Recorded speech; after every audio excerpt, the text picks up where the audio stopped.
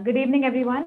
I'm very excited to welcome you all to day one of WIE NITK's series of talks around her world in 10 ways. This talk series aims to bring together accomplished and inspiring women in tech from across the world. Without much further ado, I would like to introduce you all to our first guest, Katya Marc. Ms. Katya Marc works closely with faculty members and students at McGill University to outreach their experience to potential stakeholders in the projects and facilitate transfer of outstanding research from labs to industries. She co-founded the McGill Engine, Engineering Innovation and Entrepreneurship Center, and its programs towards this effect. Before joining McGill, she was an industrial technology advisor with the National Research Council of Canada's Industrial Research Assistance Program, and before that worked for Eastman Chemical Company across Canada, the USA, and Malaysia for over 6 years. Before I hand it over to ma'am, I'd like to tell all our viewers on YouTube to put out their questions for ma'am on the comment section, and we will pass it over to her. Over to you, ma'am. Thank you so much, Prajna, and thank you for the invitation. I'm very happy to be here today. So I will go into a little more detail about my career path first, and then we'll go into more about innovation and entrepreneurship. So just to reiterate, feel free to ask questions at any time with the chat or unmuting. I'm very flexible. We can make this as interactive as possible. I'll just start about what the engine is, the McGill Engine Center, which we were able to co-found, co-create 7 years ago, thanks in large part to alumni donors, as well as McGill Faculty of Engineering. So what we do is we help develop the next generation of McGill engineers, designers, innovators, change agents, entrepreneurs by providing a variety of resources. A lot is advising, coaching. We do have a funding program, project mentorship, and extracurricular programming, a lot for training, skills development. We also work closely with the professors, the grad students, in promoting and accelerating the commercialization of their research output, the inventions, the software. Again, through a variety of resources, mainly coaching, advising, funding, and making connections with other organizations that can help transfer out the results from the lab to the marketplace. And last, we also work with industry for R&D collaboration, so facilitating those relationships, all in the hopes for driving innovation and where we hope to make a positive impact in the world and help make a difference and help solve societal problems, which we know are ever more complex and severe. Our pillars of our support for technological innovation and entrepreneurship is our actual center, the space itself that you see virtually behind me. I'm not actually physically there, as well as in the photo, where it's an open collaboration space for students to come in and work on their projects that have business potential or even their capstone design projects, all of that, and with bookable rooms. So very open to the university, in fact. As I mentioned before, the funding program, the advising, coaching, mentoring, connecting, the extracurricular programming, working with companies, and we have a new student-run group. One of the students attending here, Rakshita, she's in there. They're volunteers offering their graphic design capabilities, their expertise, as well as website design and creation to fellow students or to professors as well at McGill. So that's a very useful service. We're also an approved incubator with one of the programs here in Canada for accelerating spin-offs from research as well. Our values of the McGill Engine are listed here. Really, it's about being curious and questioning the status quo, right, to drive innovation. It's about collaboration, working across disciplines and sharing and involving everyone. The community is very important. We were funded in part by donors giving back. So of course we want to continue that virtuous cycle of returning back and giving. Sustainability, very important, not just about the environmental dimension, but about the societal impact and economic impact as well. Very important there. Equity, diversity, because diversity is known. There are plenty of studies that you actually get better solutions with diverse teams.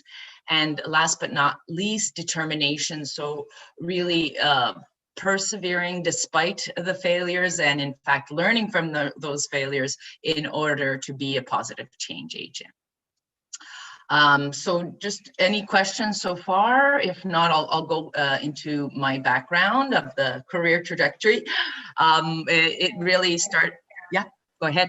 I had one question. You mentioned about how diverse streams bring more to whatever they're working on, but there will always be a problem of miscommunications and some difficulties in expressing your ideas properly. So how do we overcome that? How do you overcome that at Engine? Yeah, the teamwork aspect and being open, right? And having an environment where you can actually build trust, which is over time where people are not shut down for expressing their opinion. And that's what I mean by openness, is where you can say what you think and be heard and listened to. So a lot is in the active listening and allowing for that trust to be built, because for sure that is still exists everywhere, right? It happens to me still when people tell you, you know, to in meetings, don't interrupt, and but they gladly interrupt you. So that unconscious bias still around. So we have to keep working on that because those difficulties are there and will always be, because we have different ways of communicating, but people have to have empathy and openness to hear each other, and really the active listening part is very important. We have those kinds of trainings even offered at McGill, definitely for staff. I believe the students also have all kinds of variety of trainings. We haven't done that one yet. Maybe we will in the future on active listening. Our wellness center to help students, they offer that, and many others. So very good question. Yeah, it's you have to acknowledge and actively try to change that and make it more open. Any other questions, or I'll go on? Okay. Okay, so yeah, so where I'm coming from, so I'm number 5 out of 6 kids, 5 girls in my family. My parents were immigrants from Europe, but we were all born in Montreal. And my dad was an electrical engineer. He still is, but retired. His whole career was at Nortel. If any of you ever heard of that company, it was a big Canadian company for telecom and the phones and telecommunications. Unfortunately, it went under in 2011, but he had his whole career there. They actually called him MacGyver because he was able to fix so many problems and save the company so much money. And then my mother was a teacher, and the emphasis growing up was about education. So I also had my older siblings, 2 sisters were already in engineering at McGill. Of course, I loved math, loved chemistry, and I did want to make a difference and try to help people. So I tried medicine, but did not get in. So I went into chemical engineering instead. Nothing wrong, second choice. It was great. for the first 3 years in undergrad, most summers I would go on vacation, but one summer I actually worked in the lab with a prof, and then and I was doing a minor in environmental studies as well. And then before graduating, I got to work a summer in the plastics industry at Dow Chemical. We were doing weathering studies on plastic films. And then I got offered to do a master's. The professor approached another one of my friends he had a recycling group, recycling of plastics. And I worked on recycling polystyrene for a couple of years. And from there, I got my first job. It was actually through a conference presenting a paper from my master's study, where somebody asked, a recruiter said, have you ever thought of sales? I was like, well, no, never thought of that. So represent technique, I was a technical marketing representative at Eastman. So at the company, multinational, they gave lots of training on the products, because in technical sales, of course, you have to have that background, technical, to understand the clients, the customers' technical needs, so you can do the matching with the appropriate product solution. So lots of training that was provided for the products and the sales. And lots of cold calling on the road type of things. So lots of communication learning. And then with that company, I was fortunate to have a variety of functions over the years. Process development and control in the plant in Rochester, New York, and in Tennessee was the main plant. Got to go to Malaysia to start up a new polymer production plant, and then came back in the US and Tennessee for another function of technical service. And of course, in these roles with the big companies and these big projects, you are working with a variety of engineers. So definitely worked with mechanical, electrical engineers. Love doing, actually in school, process control, maybe not my favorite subject, but then when in industry, got to actually use the gains and have fun with the variances in the control. So got to work a lot with the electrical engineers there. Then I decided to come back to Canada. So a lot of times we have temporary brain drains where we leave, but then we eventually come back. So I came back as with the federal government, that's the National Research Council, as an industrial research assistant advisor. So with part of their program is to help small, medium enterprises with their levels of technological innovation through advising and grants and connecting the companies with other organizations. So they're on the road again, cold calling and having and needing the technical background plus some business and sales and communication skills. And from there, I went to the tech transfer office at McGill, and that was dealing with intellectual property of the university, assessing and filing patent applications along with other organizations, of course, and also working with companies for R&D collaborations. So again, our team there, technical, you had to have the engineering degree or science or life science combined with some business expertise. And that's where I decided to start my MBA. So my second master's was at McGill part-time while working. So over a few years to increase that knowledge and skill set on the business side. And then 7 years ago, I had the opportunity to co-found the Engine Center, where we're really about supporting technological innovation and entrepreneurship, as I mentioned before. So that is my career trajectory, and now is going to go a little more into detail about innovation and unpacking innovation. So would there be any questions about the career path at this point? How are we for time? Oh, we're good for time.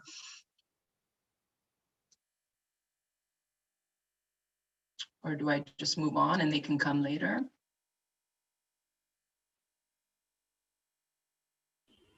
Yeah, you can move on and Okay, great. I'll get back to you later. Okay, So innovation, we hear this term used so much. It's like a buzzword where it's kind of lost its meaning, in my opinion. So what exactly is it and who does it?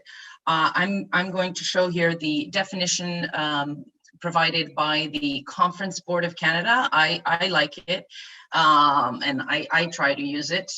It's a process, okay? Innovation as a process through which economic and social value is extracted from knowledge through generation, development, and implementation of ideas to produce new or improved strategies, capabilities, products, services, or processes. So lots of points in that definition.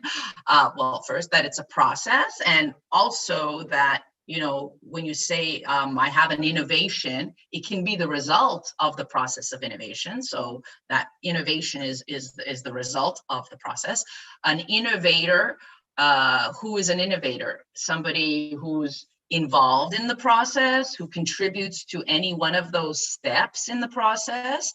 Or is it the one who does the final, the actual implementation that I've put in red, which is very important. Otherwise, you just are at the generation of your ideas phase all the time, and you never get to the end. And then other points here is it's not just about economic, it's also social value. And importantly, the levels of innovation, right? So you can have brand new disruptive innovation. You can have improvements. So those are less, but there's still something new. It's just an improvement, not necessarily brand new. You know, the example of the first iPhone coming out, you could say that was a disruptive innovation, and then all the other improvements every year, if they're always improvements, those are still innovations, but maybe to a lesser degree. So the level of innovation, and then the various steps in the process, and what are the outcomes? It's not just products and services that are that have value in society and in the marketplace, but also capabilities, strategies, new policies, new business models that are creating value. So you can see there's a lot of different outputs to this process. And also, it's not just about R&D and technology. Who does it? It could be anyone, right? Any organization, any person, the users, the end users, the suppliers, everywhere, across sectors, across institutions. So multi-dimensional. Another easier way of remembering, because of, as we were saying, generating ideas to implementation, mind to market, or you may have heard idea to invoice. It's not an innovation until somebody buys it, is another one. And more on the societal aspect, idea to sustained impact. So there's been a difference made from that going through the process. We at the Engine Center are promoting definitely the innovative thinking, the entrepreneurial mindset, in particular engineers to have that mindset, but of course it applies to anyone, where you have the skill and the ability, the skill set, and the willingness, the will and the skill to convert that new knowledge and inventions, discoveries into useful products, processes, policies to help improve society. And so there's actually an organization in the US called the Kern Entrepreneurial Engineering Network for the entrepreneurially minded engineer. So this is the 3 C's that form the framework of that mindset. So the curiosity is about being curious about our changing world. The connections is that you regularly, habitually make connections to gain insight from a variety of sources of information, and that you focus on creating value for others as well as yourself, but the value part. So very useful to think in that way. Couple of quotes, very important to not stop questioning the status quo. Curiosity has its own reason for existing. I think um, uh, Einstein has several good quotes you can use. He has others on curiosity as well. Edison, genius is 1% inspiration and 99% perspiration. You may have heard that, where, yeah, it's the implementation, that effort. It's not just about the idea. It's of also the work involved, the execution. So here's another one that you hear in business. I don't know who it's attributed to. I think it was many people over time. Business success is 1% idea and 99% execution. So key points there. And in this process of innovation, you can have two different approaches where you may have heard of, a technology push here, where you're pushing it to find a problem. You're trying to push that technology out to the marketplace, to society, or technology pull, where you've started with the problem and now you find the solution based on the problem that you started with. So there's no right or wrong approach. Typically in research, curiosity based, you may be starting with that idea or solution. Same thing with maybe a business idea. You start with the business idea and you end up looking for a problem to solve. For the this mindset of the problem first, it's has advantages also, but again, no right or wrong, and both should be involving the end users, the customers, the key stakeholders early on, early involvement.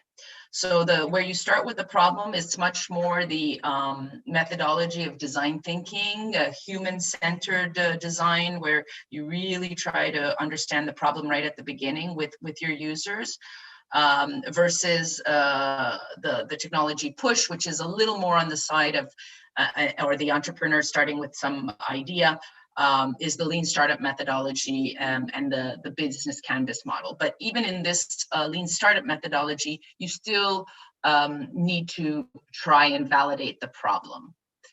And of course, the caveat is on the starting with the idea is having innovator bias. You may have heard of that, where you're just trying to confirm that your idea is the greatest thing since sliced bread, but you're not actually trying to validate the problems, and you're stuck on your idea, and you're not open to getting constructive criticism.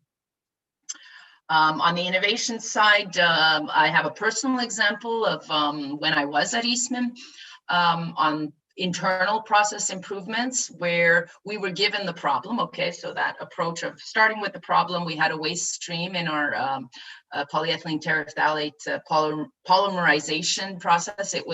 That waste was going to incineration. So our team was given that task to try to solve this problem.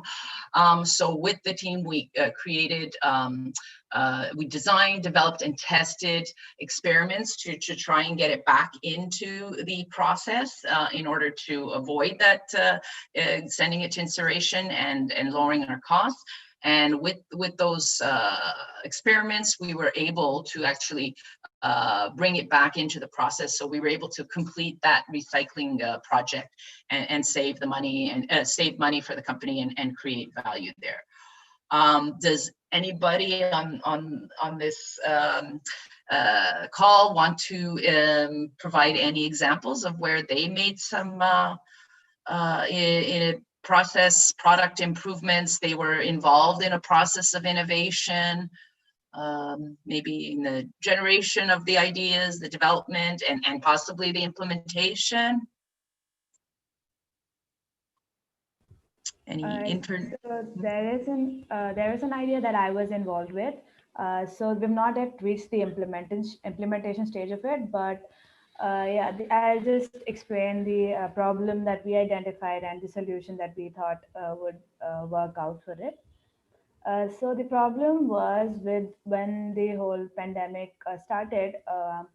stores in the stores around me did not really know what to stock upon and how much of it to stock upon. So they would just stick to the essentials, but things that were still essential but not the most necessary items, they kept getting left out. So we thought we could build a sort of resource for them where we could help them out and get them get them ideas and get them the information on what to stock upon and what not to stock upon, so that they can maximize their profits and we can have the best experience with those shopkeepers as well. So that is something we will get into the implementations of it soon, but that's the idea that we have. Yeah, excellent, excellent. Yeah, now during the pandemic, there's so many problems that need solutions. So lots going on. That's great. That's great. Okay, I think I have more examples to show. So this is in working with industry in the process of innovation, where with a particular professor, Hubert, in mechanical engineering at McGill, the company, Sogefi Montreal Air Cooling Business Unit, that's they make automotive parts. Their supplier, and they came to us with an opportunity with their technology that they had. They had purchased a machine for doing laser welding of plastics, and they had it in their lab, and they weren't really using it in the operations because they didn't understand the process and how to run it properly and consistently. So they said, well, let's get some experts to help us understand, and so that we can actually implement it. And for in the automotive industry, as you probably know, the weight of the parts is extremely important, and lowering the weight is all to help lower emissions. And with regulations coming all the time, they're always trying to lower the weight of the parts. So in this one, the professor with his PhD student that had experience in laser welding of composite parts did a small project with the company, 6 months, so they understood what was going on. They understood the parameters of the laser welding, so that the company was able to use those results to implement it not only at their facility in Montreal, but worldwide. So, they bought more laser welding units, and they were able to implement that worldwide. So lots of value there with that process, and not a very long project, but they took it and ran with it and created value there. Another local company, Hypertech, they make not only servers, but they make computers. So they came again to us with their part that is shown here, the picture. It's a metal chassis for the server. And the opportunity was, again, lower weight to lower the cost is what they were focused on. And with the expertise of Professor Hubert and his team of different materials, they are evaluating and have evaluating converting it to a composite instead of metals. So the company is implementing that in the process. So don't know now if I don't think they're on the market yet, the composite server chassis instead of metal, but that will definitely be creating some value for the company and their customers. So examples of working within that process with the companies that create the value. Here's another example where we had the technology and we were doing a push on this one. It was from Professor Levine in electrical and computer engineering at McGill. He had this invention reported to us where he was able to survey in real time with the computer vision and his proof of concept was with pedestrians or detection, so hopping over the subway lines, the metro, And so we thought of security applications. So with this technology, let's try to solve that problem of security and monitoring people. So we approached companies in security, even airports and all of that. And it was, I guess, still too early for them, or they didn't, it had still too much technological risk. So then the Professor Levine's PhD student got together with an MBA student, and they found a different problem to solve, which is in sports analytics. So they created a spin-off company with this invention, with this patented technology, and they developed to track in real time. Here it's showing soccer. They did it first with hockey, of course, here in Canada, but now it's also for other sports as well. I think now it's even basketball. So that happens too. A lot of times actually when you're starting with the technology and trying to push it, you end up going in different applications and finding different problems to solve. And here the value was created through the spin-off and the startup. These are just a snapshot of the startups, the projects that we have supported over the last 7 years at the McGill Engine Center. So a big range and a variety of types of support. Yes, funding, some not funding, some just the advising, the coaching, the connections is so important, because certain expertise that you're missing and connecting with others that have it, potential partners, potential customers that you didn't know about, all of that to help advance the project. So a lot is in the app space and web platforms with the undergraduate students, with the professors, with the grad students. There's a little more on the medical device or materials, biomaterials side, increasingly more on the machine learning and AI. A lot is with the data analytics, the local logic they do with real estate data, and some is open source, other isn't. Or a graphene based sensor that's with combination of electrical engineering, material expertise, as well as actually the other PhD student there was in music, because the application was for speakers and even for microphones. So really cool variety of ideas, technologies that are in the process of innovation or went through the process, and that are or not, and that really trying to bring in the inputs from the users and customers early on, so that the products and services, the outputs create value.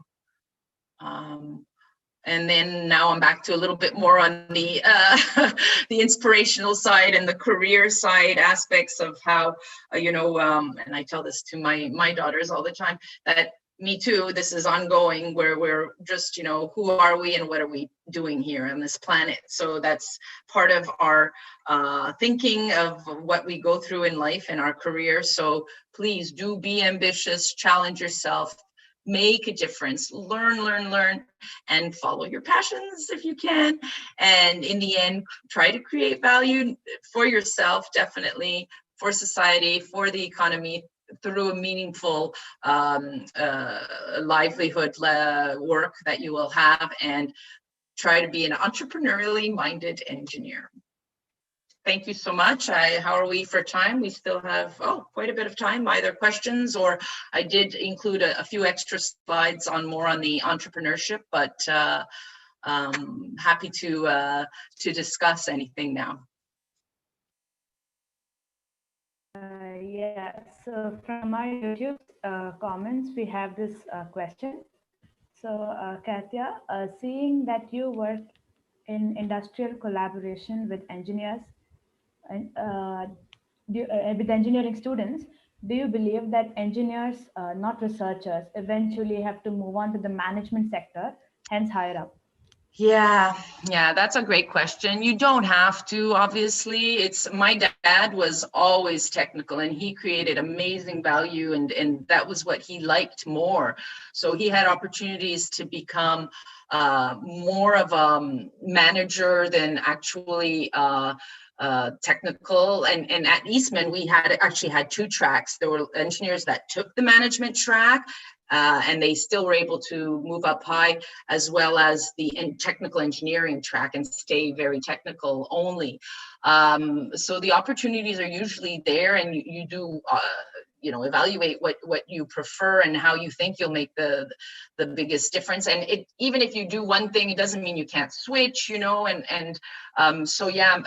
my dad had that opportunity. He didn't take it, and he did very well, and the company was happy and he was happy. So you definitely want to be happy in what you're doing, but there's no you can still change anyways. For me, the MBA was pretty easy because it was part-time while I was working, and back then at McGill, it wasn't private yet, so it was very economical for me to do the MBA. It didn't cost a fortune. So I know MBA programs can be very expensive in certain schools. So that is a factor in the decision. Of course, are you going to get the return on that investment? And typically you expect to. The master's, that was pretty easy as well. I was considered myself way too young to go out and work in the real world when I had finished my undergrad. So, master's, able to get scholarships, I think in most cases too, and so that one is less of an investment, and a lot is you learning more deeply in that subject. And then typically after a master's, you start with your starting salary is higher than with an undergrad. But this was in my time and in my sector. In software engineering, I think the job market is huge right now. So does that master's make a difference for your salary? Then it's maybe more of a personal thing that you really want to go more into that subject, or you're like me, I didn't want to go and work yet. I really enjoyed studying, and I loved being in school. And guess what? I've been at school for the last 20 years at McGill. So does that answer the question, the business? And you know what? In the end, that first sales job, which was sales marketing, but technical, wherever you did need that technical background, you got a lot of those business sales skills in that kind of function as well. And then getting the MBA was a plus later down the road. And I believe most MBA programs, you actually need to have experience before. You can't just do your undergrad and then go directly into an MBA.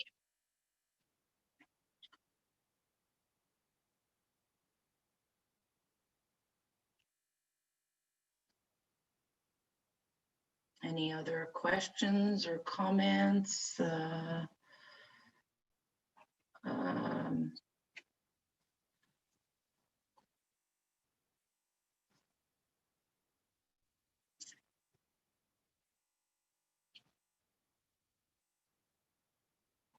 Do you, how are most of you in, I guess it's a combination, right? Electrical, computer, software?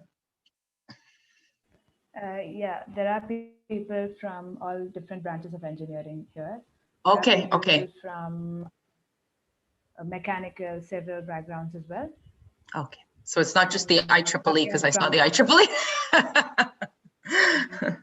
The IEEE does have engineers of all branches, like members of all branches in it. So. Oh, so it's not the same IEEE as it is here. Okay, here in Canada, I don't know about North America, in Canada, it's the electrical engineering. Okay, I didn't know that. Oh, got to learn something new too. It is, but it has societies which are dedicated towards different branches. So that's Okay. how it works here. Okay. My sister who did electrical engineering, she ended up working for Telesat Canada after she graduated. There's a bit of reverb. She did quality control for satellites for quite a few years. She got to travel the world. She went to China. She ended up in LA, Hughes Aircraft, and now she no longer does engineering. So, you know, your career paths are what you want to make them. And I think more and more it's what the renaissance. You guys can be renaissance people where you have multiple careers over time.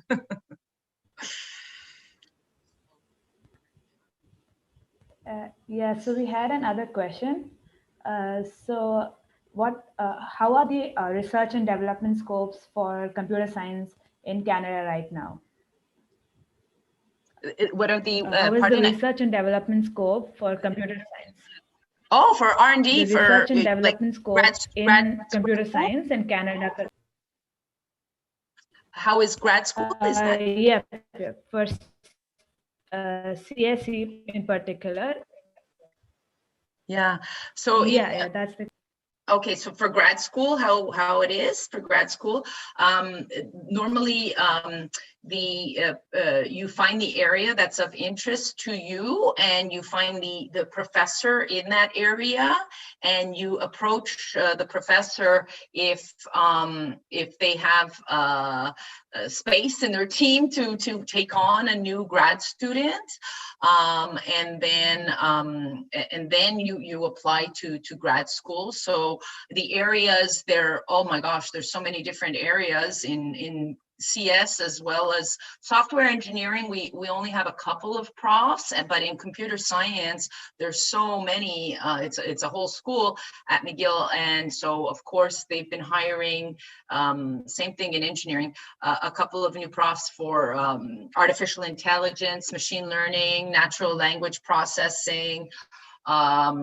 So you would check by the area that's of interest to you and see what the profs are if they do have openings, and contacting directly the professor. Yeah, so I think there are a lot of opportunities for sure. And some of the professors, quite a few of them, are working with companies.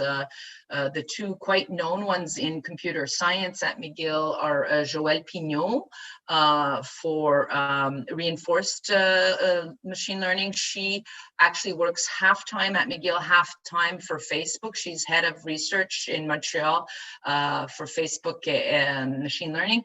And then another professor in computer science, Doina Prekup, she works half at McGill and half at Google with DeepMind. So these professors have these joint appointments, or they work also in industry. I hope that answered the question. Yeah, I think so. Yeah, it did. Mm-hmm. So you said you had something to share about the entrepreneurial aspects as well? Okay, I can show. I had some definitions here. More the actual startup kind of thing, where this is a definition from 1975 from Harvard Business School.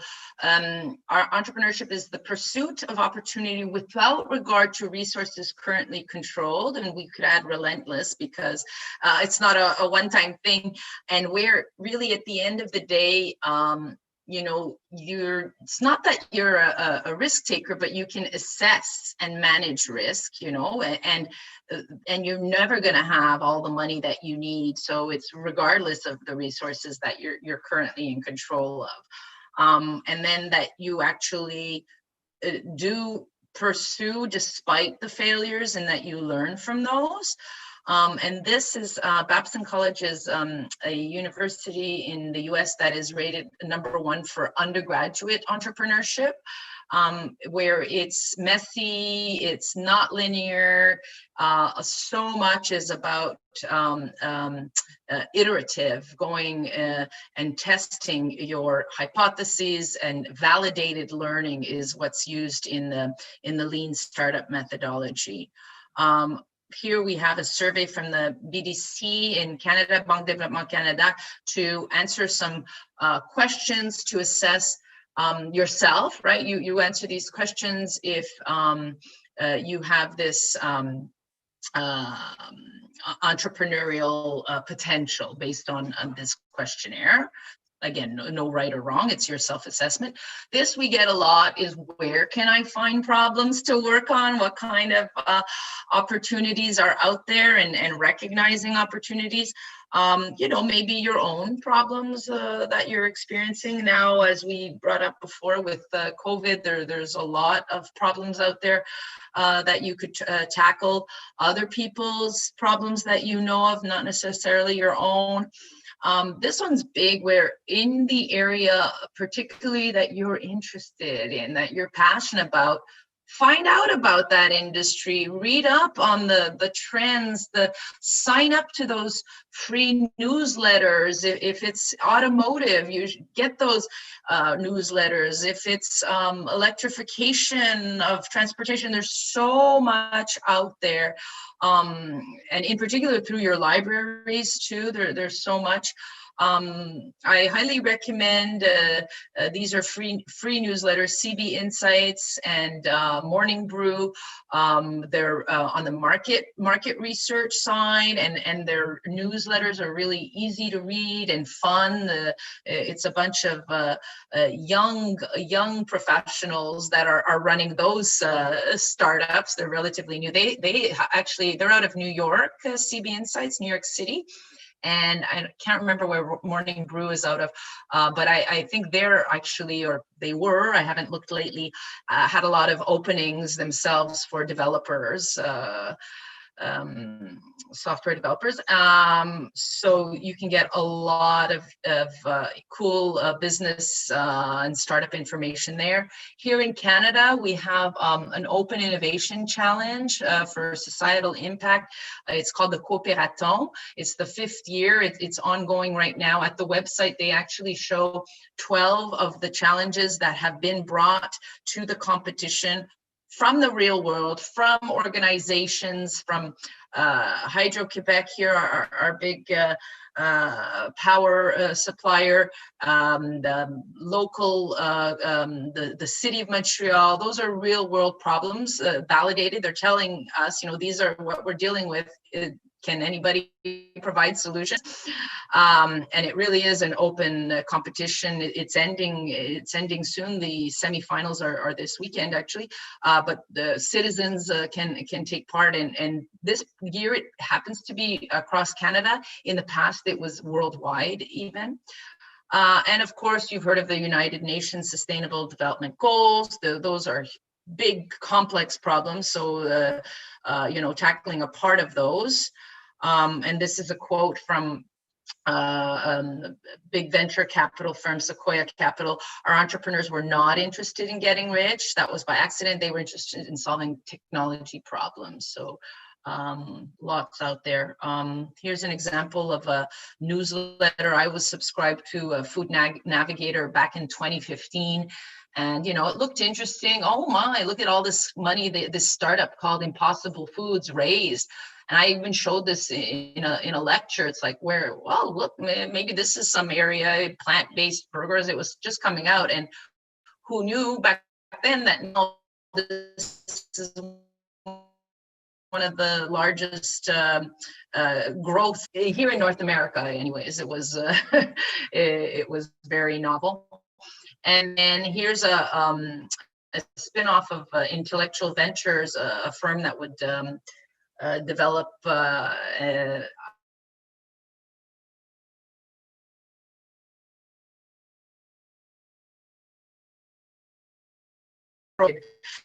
collect money off of infringers, but they've transformed themselves since then. And so this platform, Xenova, is open.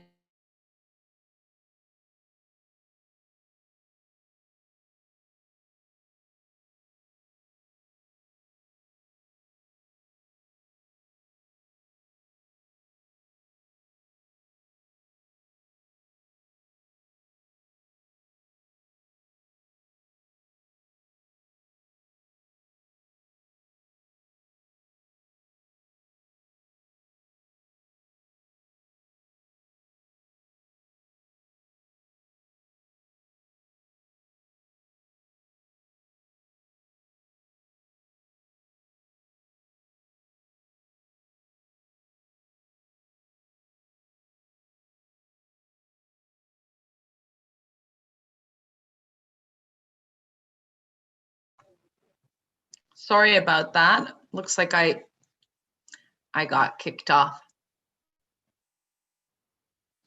Sorry about that. That was my last slide there about some sources of information in terms of finding opportunities or problems to work on.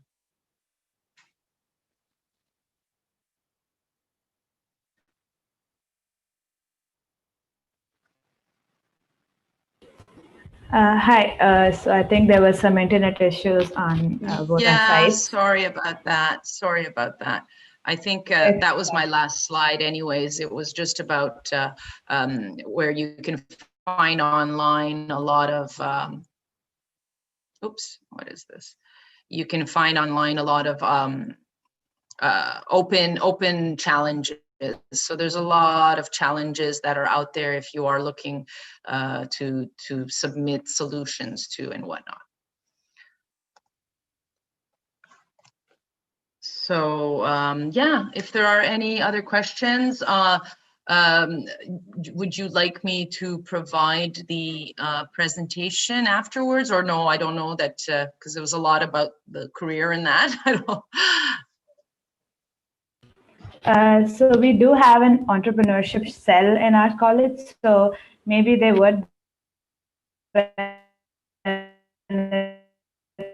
quite a bit from inside entrepreneurship. Probably share it with them, maybe, but yeah. That's fine. That's fine. Yeah, so in our workshops, we go into the details of these methodologies of the lean startup. Customer discovery is very big because it's very early stage projects that we have.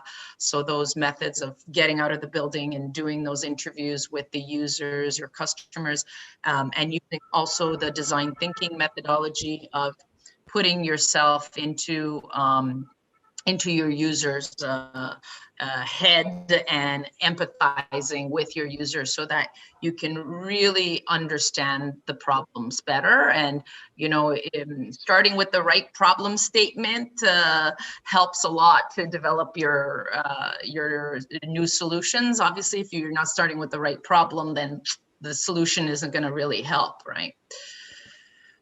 So, and how much already said, do you guys when you start user UI UX type of trainings and whatnot?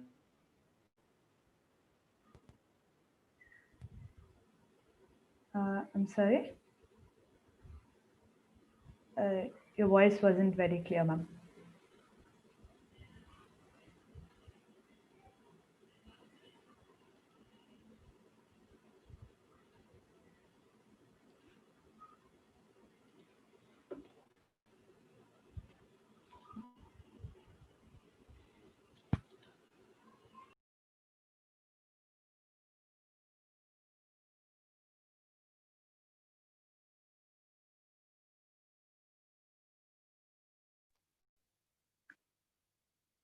Okay. Well, thank you very much, Pragna and everyone for this opportunity. I'm sorry about those little glitches there I seem to have had. And I look forward to receiving questions from you or anything, that's fine. And I wish you all the best. And I wish you all the best and a great continued session with entrepreneurship, women in engineering, and all your sessions. Yeah, thank you so much. Thank you for being here. We would also like to get your slides and put it up on our group's website. So if that's possible, please do send it over. And I think, yeah, thank you so much for being here. It was a great learning experience for all of us. We learned a lot and had a great time. Thank you so much again. Thank you. You're very kind. Thank you. Enjoy the rest of your sessions. Have a wonderful evening. Thank you. Bye-bye. Thank you. Have a nice day. Bye-bye. Good evening, everyone. So it is an honor for me to introduce our next speaker, who is none other than Miss Arya Murali, the Indian Program Manager at Women in Technology International.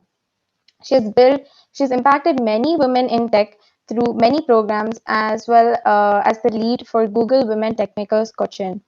She's also the founder of the Godmothers, a project to encourage and equip promising women to attain their fullest potential.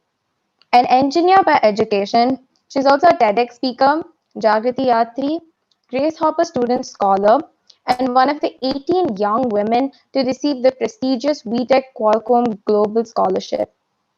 Further, she was selected to attend Google I/O 2016 on a full scholarship to honor her contribution to the women in tech community. Without further ado, I'd like to hand it over to Ms. Murali. Hey Rakshita, hey everyone. Thank you for that very nice, warm introduction. Hi. Nice to meet all of you.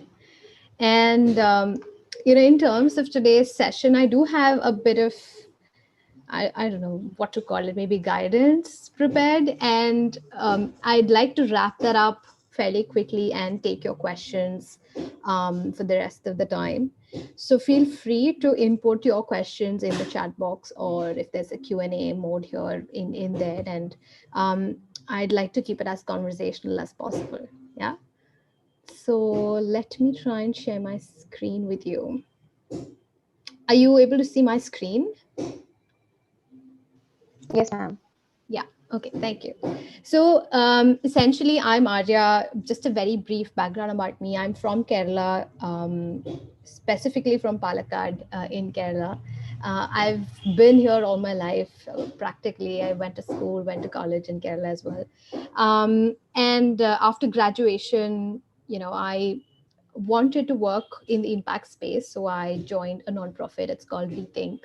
And there I used to help a lot of students apply to opportunities, specifically scholarships like the Grace Hopper Scholarship or the Google Venkat Panjabhagesham Scholarship and the WTM Scholarship. There's a lot of those. So I used to help students apply to that, and then later build online learning programs for students such as you all to sort of make you more employable in that sense, bridge some of those professional skills that you will need when you'll be entering the industry and so on. And after that, I moved to a SaaS startup in the edtech space. It's called Alma Base. So I moved into doing partnerships for them, and very recently moved into WITI as the India program manager. So I'm building a community of women in tech in India for WITI. As part of my role, and also building some corporate partnerships, running more virtual events and sessions that's going to be useful for folks like you and so on. So that's generally about me in terms of my work, but outside of that, I do a ton of projects just out of curiosity. And like Rakshita was mentioning in the introduction, Godmothers is one of them. I also run an online store. And there's a bunch of things that I do. You can check it out on my website.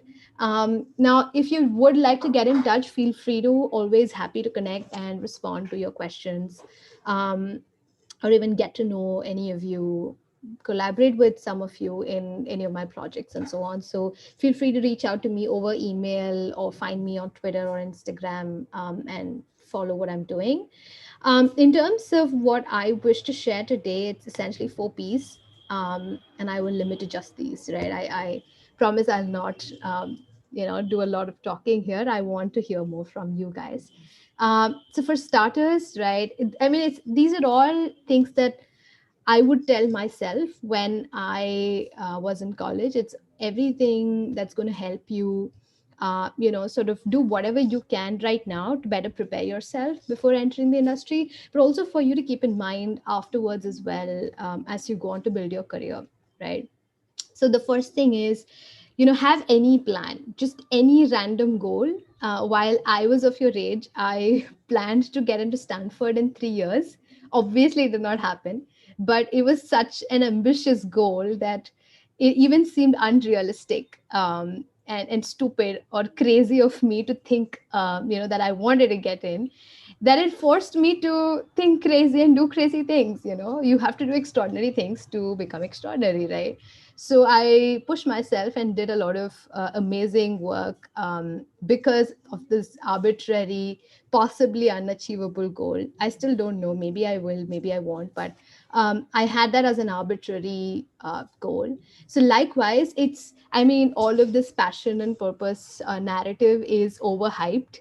Don't think that you will sit in the armchair sipping coffee, reading a book, and your purpose will come to you. That's not going to happen. You have to go out and do stuff.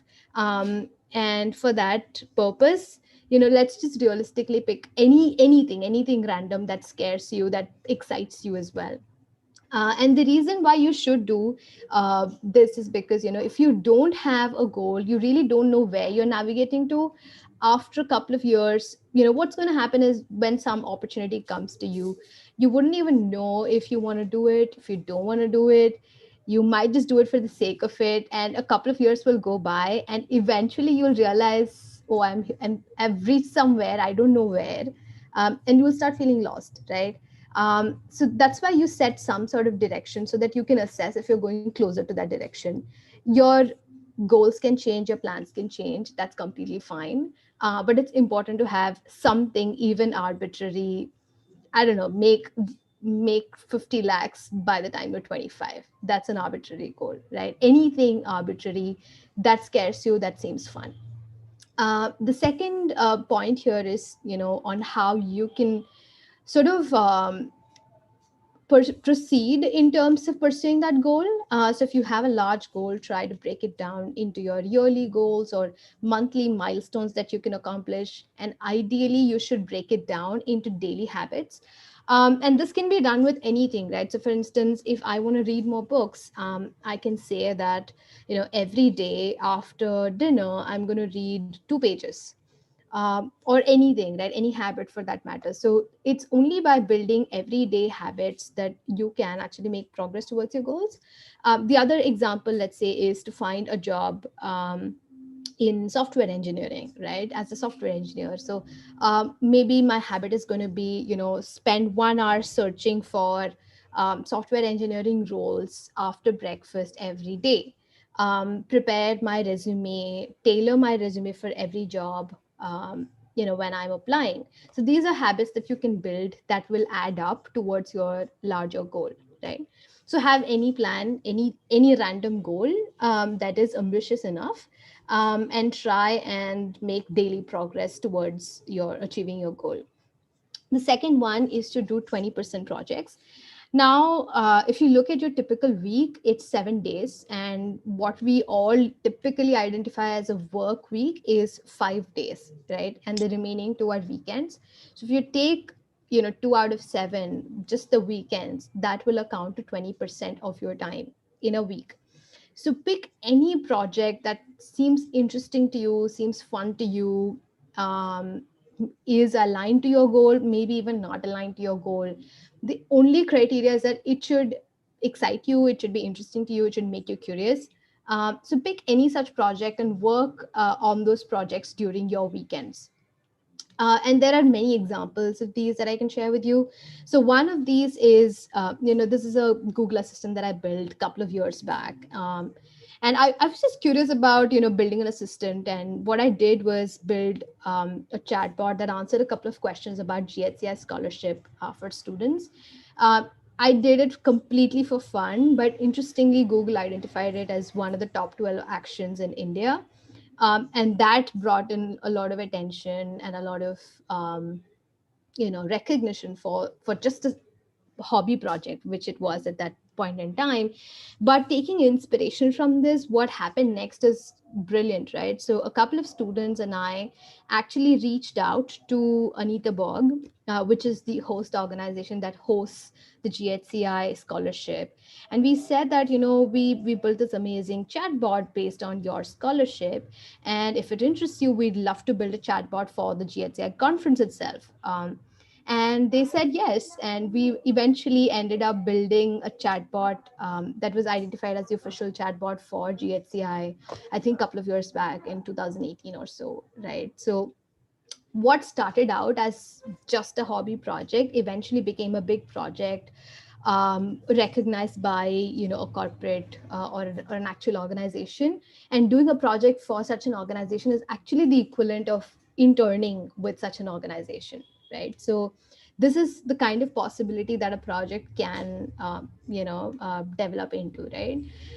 The second one is a planner that I have, and this is something that's very funny. Like I journal a lot, and every month I have a set of questions that I answered. I do my goal breakdowns. I track my habits and so on. And I was initially writing all of this by hand in my book. And when I got tired of it, I decided to design something just for myself. But because a lot of people started asking me about it, I went ahead, manufactured a book, put it up on my online store, and now I'm selling it, right? So that is a side project that I'm doing. I learned a lot about manufacturing a book and, how do you ship products to people across India? How do you set up an online store? And I did everything by myself, right? So that was great learning. Other than that, I did a podcast on, how you can, especially for you guys, these are tips on writing a winning scholarship application. So feel free to check it out on Spotify. But essentially, if you look at these, there is no one trend, except that I was curious about it at some point in time, or I'm still curious about it. It seemed interesting to me, so I did it, right? So pursue things like that. Anything that excites you, there's no criteria. If you like singing, maybe find 10 singers who you really admire and do interviews with them, put it on a YouTube channel, right? It's a neat way to get to know these people. Do anything, but just pursue your curiosity and convert it into a project that you really like doing. The third one is to pursue opportunities and to not self-reject. A lot of us have this tendency to sort of say that I am not good enough. I mean, we judge ourselves and we declare that we are not good enough. And then there's no point if I even apply. So I'm not even going to try. All of that drama is there. So just try not to do that. And I'm going to tell you a couple of stories, right? And don't pursue these for a higher purpose or a reason. Just pursue it for the heck of it. Like wouldn't you like it if you got maybe $5,000 for free? You write on a piece of paper, write an application, and you get $5,000. That is cool. You get a free trip to Australia or Singapore or to the US. That is amazing. You get to lunch with the YouTube CEO. How cool is that? Do it for those reasons, and it's completely fine if you're doing it even for that, right? It's a different story that doing these will change your perspective, will add a lot of exposure, will help you think and be better. That is all a different narrative. But on the other side, you like to travel. Free travel is always great, so why not do it, right? So a couple of stories here. This young lady here, her name is Feba, and this is obviously me. We took this picture at GHCI. She had just finished her interview at Microsoft, and she came to me and told me that she got selected at Microsoft. So that's a new door that opened for her at GHCI. Basically, she was in her final year. She applied for the scholarship. She got it. She was one of those 200 girls who attended this conference for free. There was a career fair happening. She happened to give an interview. It progressed. She did well, and she eventually got a role at Microsoft. Right? There were 3 or 4 other girls like Feba that year and the next year as well. This young lady here is Hima Bindu. She's also a WeTech Qualcomm scholar, like me. Basically, one of the 18 girls from India who got selected as a WeTech scholar. She got $5,000 and a 6-month mentorship, with somebody at Qualcomm. This gentleman here is her mentor from Qualcomm, and eventually, right now, she's in Columbia doing her master's in data science. These 3 young girls are Google Women Tech Makers Fellows. They got a free trip to Singapore. They got $1,000 to fund their education. You can't really ask for more, right? So they all did really amazing stuff. But there's also, I mean, these are just some examples. There's also Felix, who is a Google Venkat Panchapagashan scholar, and I'm sure you guys will know more of those scholars. He happened to have lunch with Susan, who's the YouTube CEO. And there's in I think last year for WTM scholarship, the scholars went to Australia, not Singapore, right? So there's a lot of interesting opportunities, even if it's for your personal interest, such as traveling, hidden within these avenues.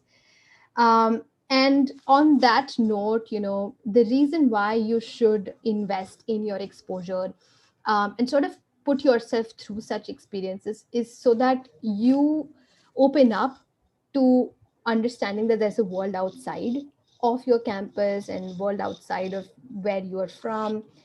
There is so much happening out there. There are so many good people, and there are so many things that you can do, and it is only when you see that these things are doable that you start believing that it's possible for you also to do it at some point.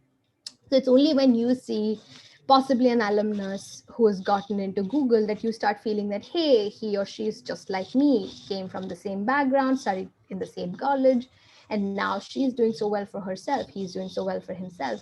I might have a shot at this too, right? So that's the reason why you should invest in your exposure and put yourself through these experiences.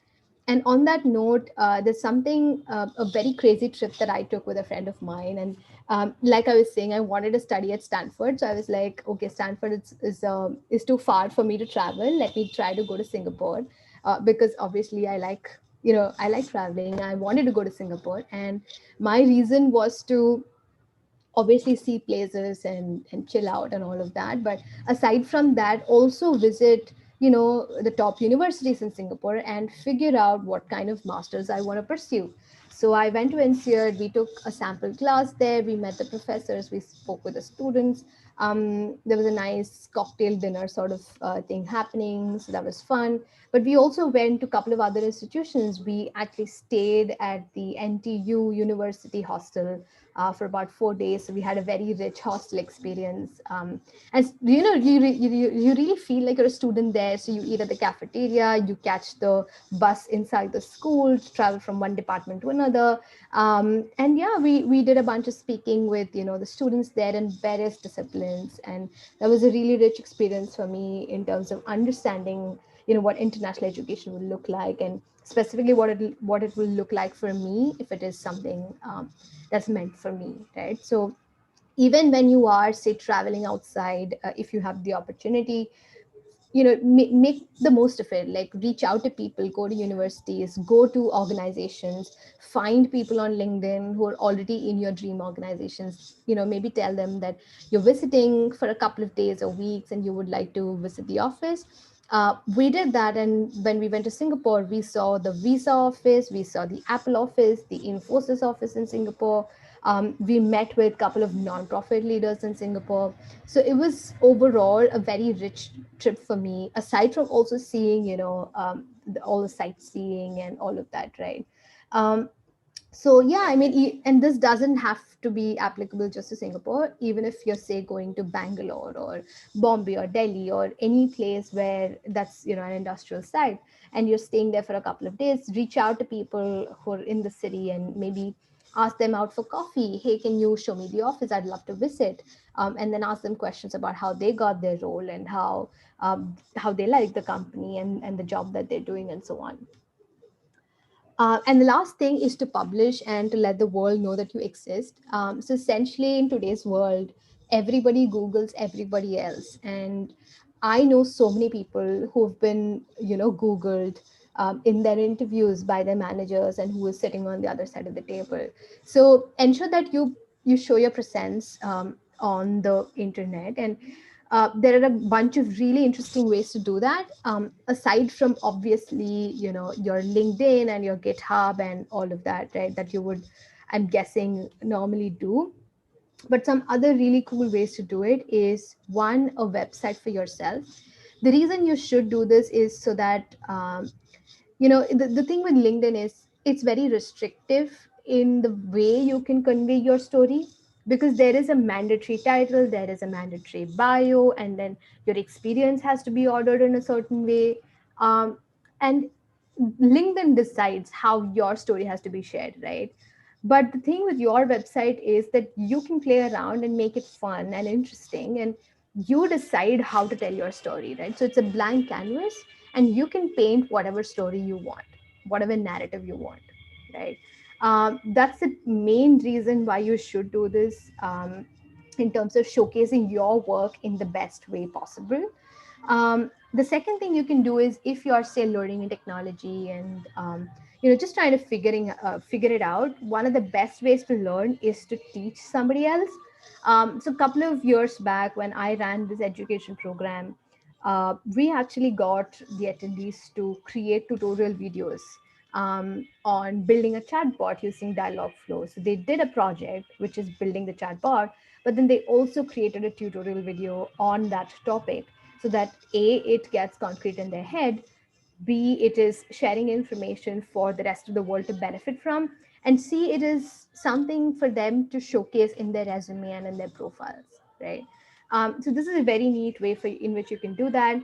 Third one is, obviously, you cannot travel these days and reach out to somebody and say, hey, I want to have coffee with you because, hey, COVID. So what you can still do is reach out to them and ask them out for a virtual interview, virtual coffee, and record the interview and put it on your YouTube channel, right? So that's, you can do an interview series. So if I were you, if I was still in college and I wanted to, say, build a nonprofit, I would find nonprofit founders who've gone on to build great organizations, reach out to them and say that I want to interview you for 30 minutes or 20 minutes or 40 minutes, whatever, call it a podcast. And here's a pro tip. When you call people for an interview, they generally tend to be warmer than if you would just reach out to somebody and say, hey, I just want to talk to you for 20 minutes, right? When you also make it look like an event or an interview, it gives them also the visibility and makes them also feel good and look good in some sense. Um, the other thing you can do is write blogs, obviously, and this specific blog actually in some ways influenced my second job that I got. The interesting story is that I just visited US and I ended up visiting Stanford and took a class at Stanford as well. So yay. But what's interesting is that I wrote this entire blog, and when I was going for the interview, right? Like when I met the co-founders of the startup, and then I was shaking hands and saying hi, and one of the co-founders was so excited, and he started asking me, "Hey, you really got a response from Sheryl Sandberg. How was it? How was your experience visiting the US? How did you like Stanford and things like that?" Right? So they actually went through my entire blog and they actually read through all of this. So in some sense, before even I stepped into the interview room, uh, my work started speaking for me, right? They've started recognizing the kind of stuff I've done, and they've started finding it interesting in that sense, right? So these can be great conversation starters. These can set an impression about you even before you step in to the room for interviews. But even otherwise, for anybody trying to understand you, get a sense of you as a person, all of these sort of add up in just sort of helping them understand who you are and what kind of experiences you have had. This is a very interesting one. So this young lady, Nikita, she was a GHC scholar. She went to the US for the scholarship, attended the conference and so on. And she came back and wrote a blog about it. And the president of Anita Borg, and the person who sort of oversees the whole thing, she commented on this blog and made a very nice response, and even said, please feel free to reach out if you need anything, right? So it's a great way for you to even attract attention of people that you want to attract. So for instance, if you attend an event, writing about that event, or let's say this session, if you publish whatever you learn from the session, tag all the speakers, email all the speakers and say, hey, I had a great time. I wrote about my experience here.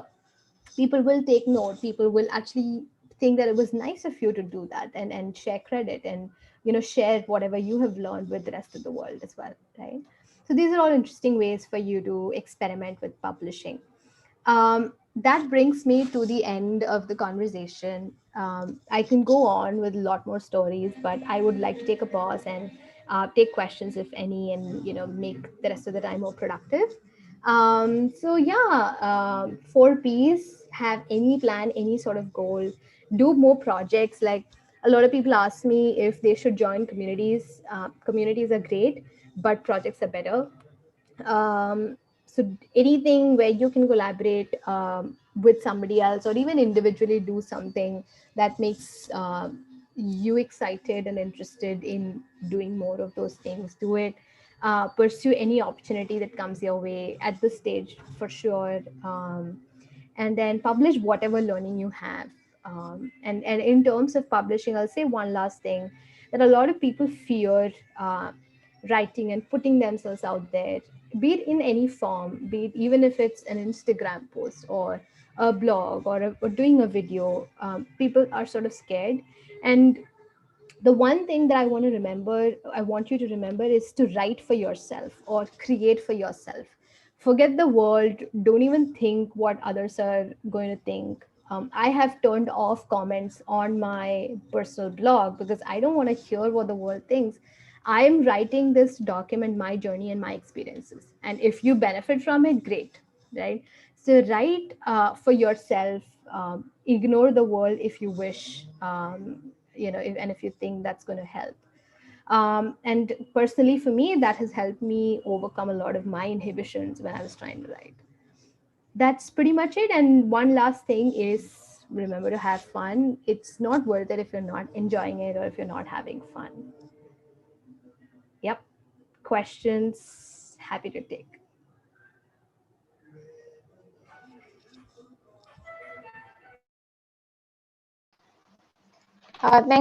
Thank you so much, ma'am. That was really a very nice talk, obviously. And what you said at the end about putting things out, for yourself rather than others, I think that's one thing that really was very nice and hit home for me, at least.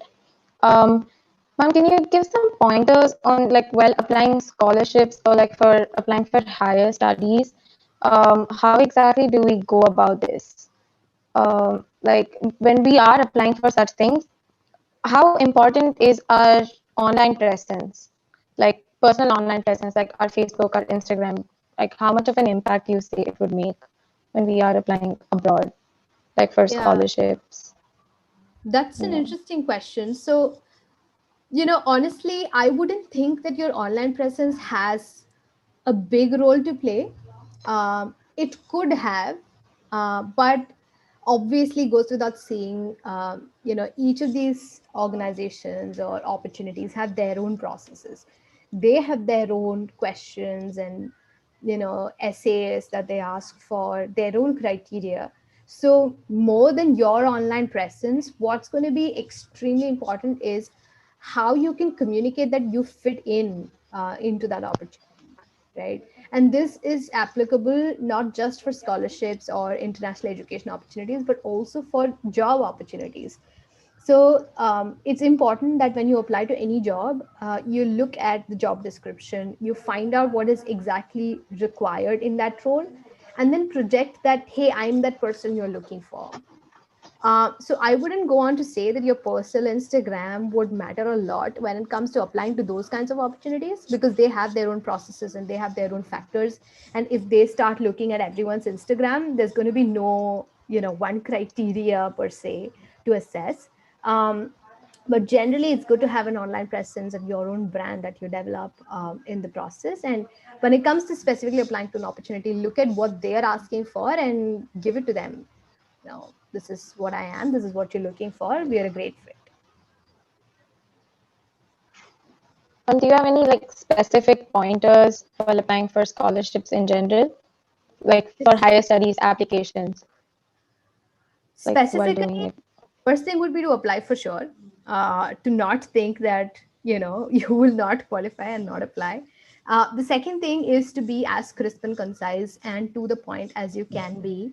A lot of people just say generic statements, and I'm a culprit of this as well, right? Like, you can say, let's take an example, right? Like, if you're say talking about your experience, I have organized an event around um, women in tech.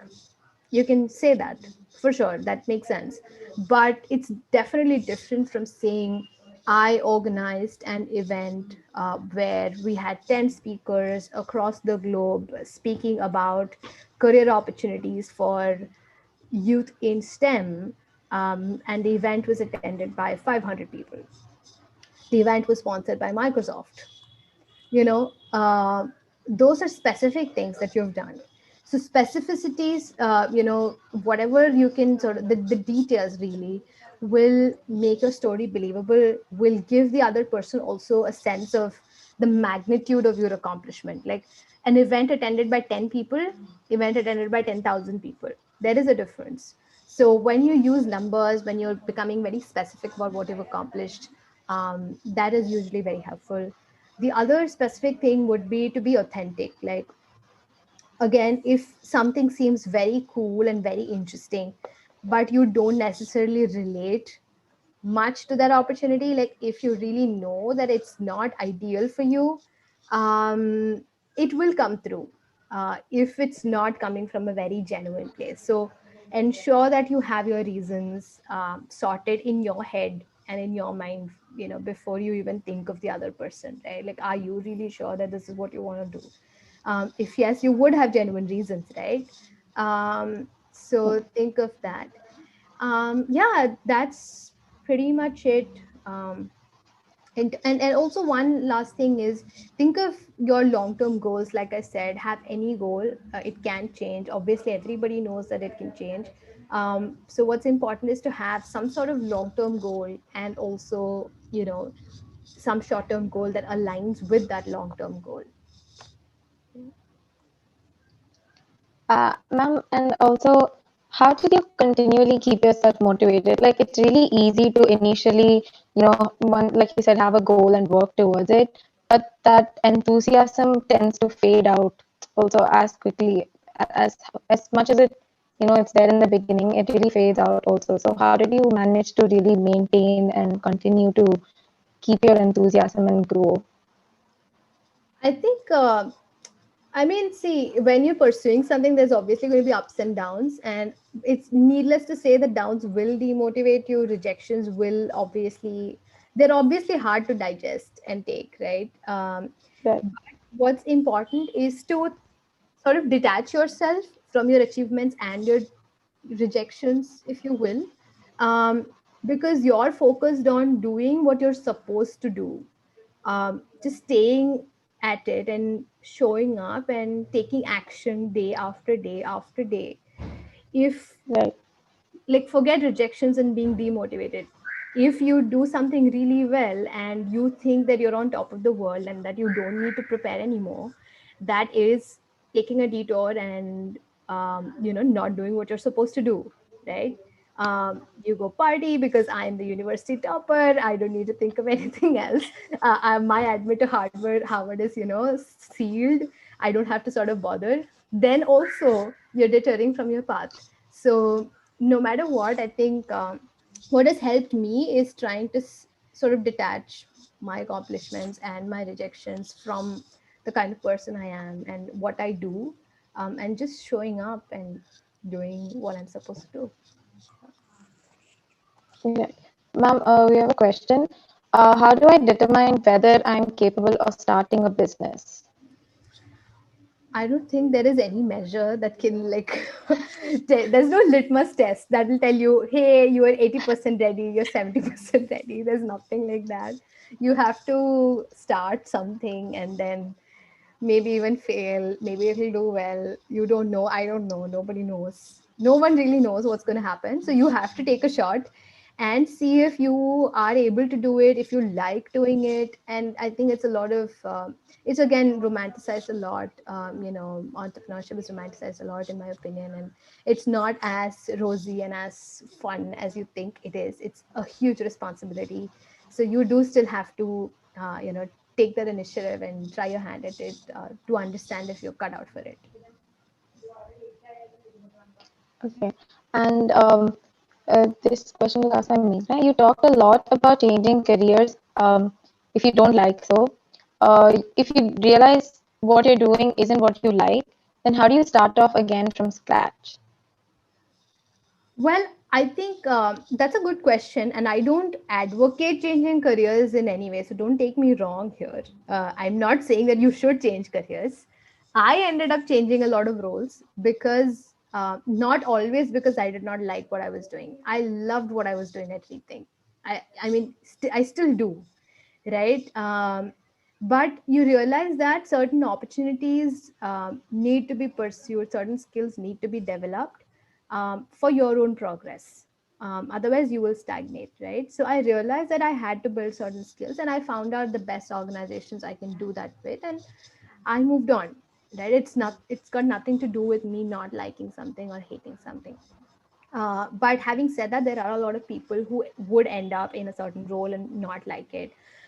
So the one answer really is to build relationships as early as you can, right? People call this networking. I would like to think of it in terms of building genuine relationships with people who can really guide you and help you in the process, and sort of mentor you, if you will. So if there is an industry or there is a role that you want to shift to, find people who have already been there and done that. That is your easiest way of understanding or simulating what that experience might look like and what that path will look like for you. So find people like that and start doing projects in those areas, and that will really help you get a foot in the door and have something to talk about in your interviews. Like for instance, what I did at Rethink was entirely different from what I did at Alma Base. What I did at Alma Base is still very different from what I'm doing at Viri.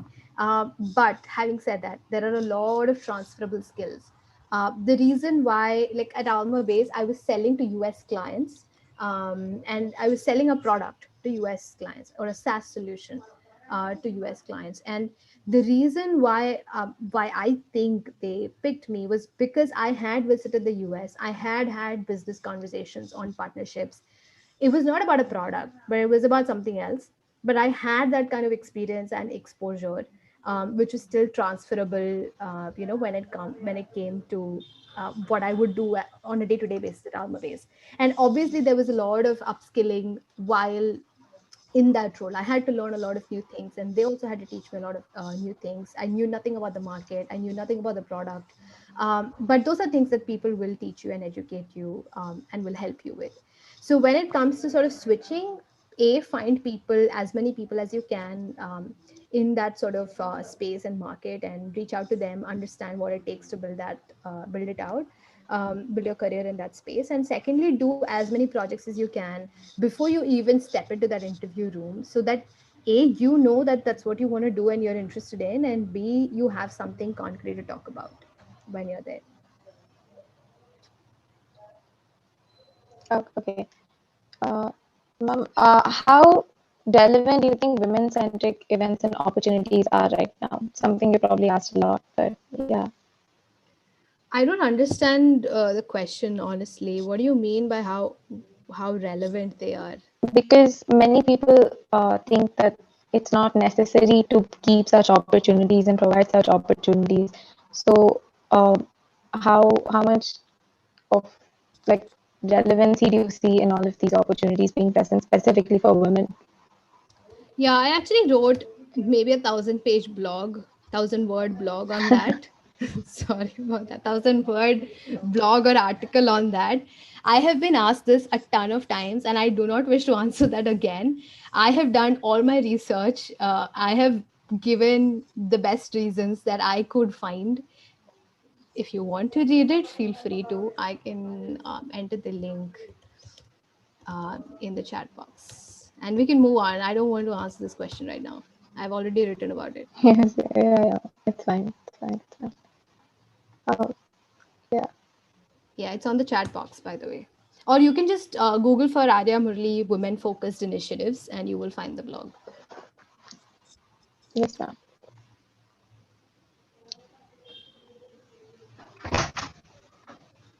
So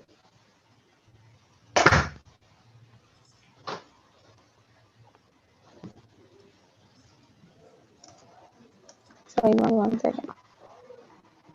No issues.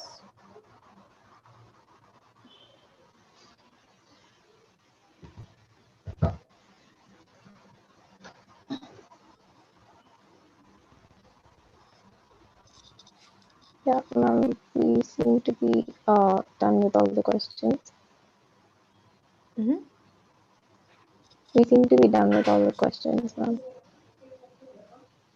Thank Okay. you very much, ma'am. It was a very, very good talk, like genuinely, because there was a lot of things in there that I personally learned a lot, and I'm pretty sure all of our viewers also learned a lot. Thank you. Thanks. Yeah. Thank you so much for making the time, ma'am. Yep. Thank you. Thanks for having me. Have a good day, all of you. Thank you, ma'am.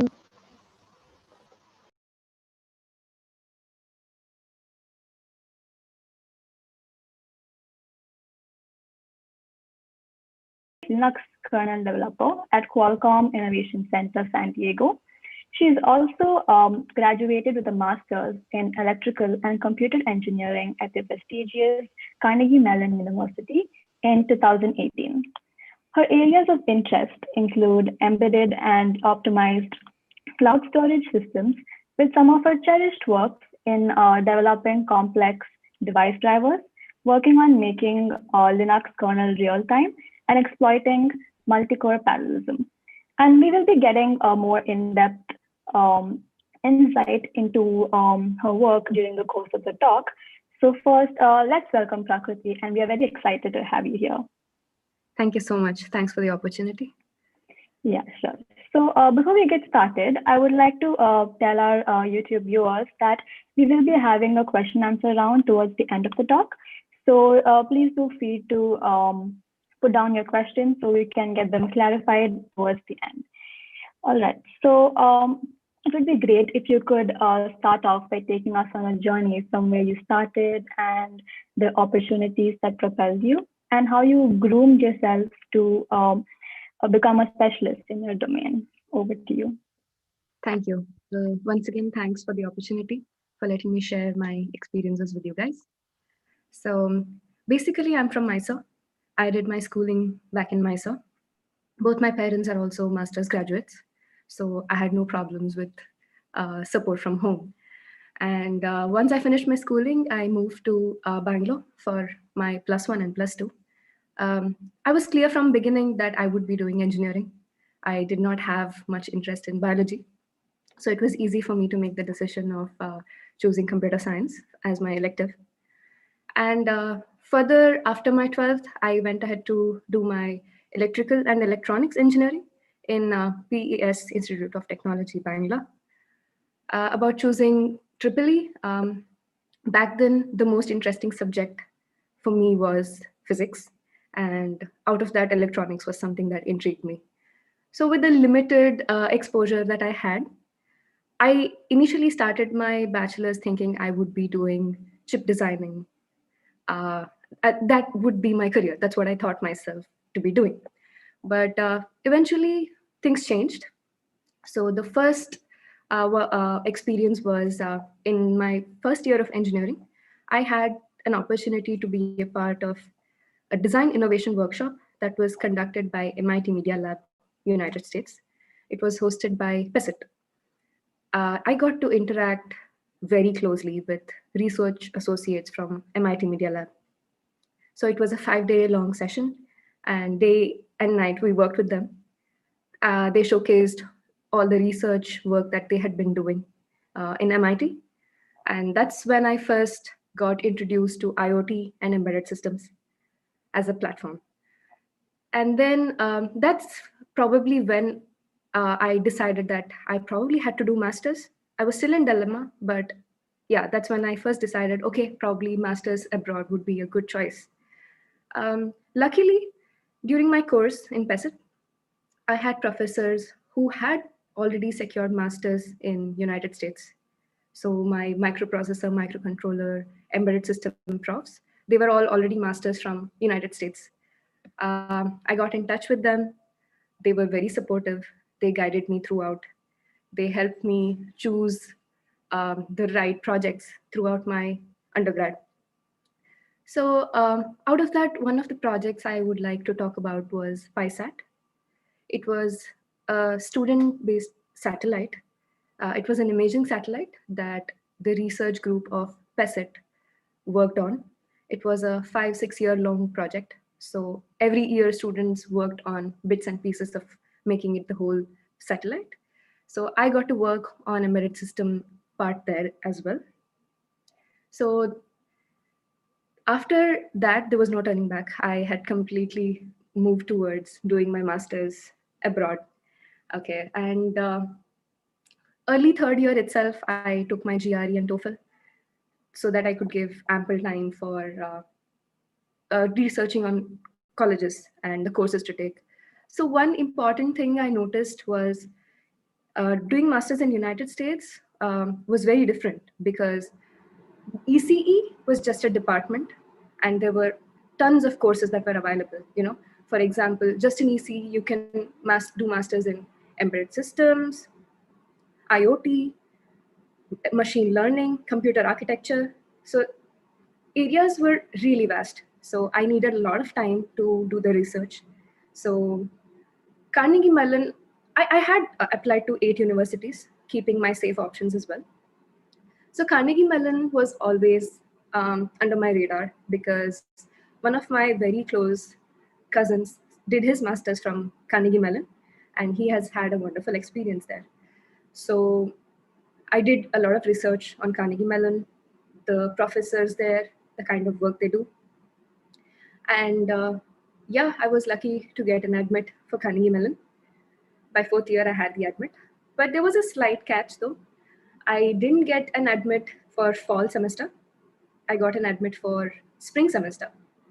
However, I had callbacks even from Stony Brook, USC, and Texas A&M. All of them were good for electrical and computer engineering. But I thought that an opportunity to study in CMU wouldn't come back to me.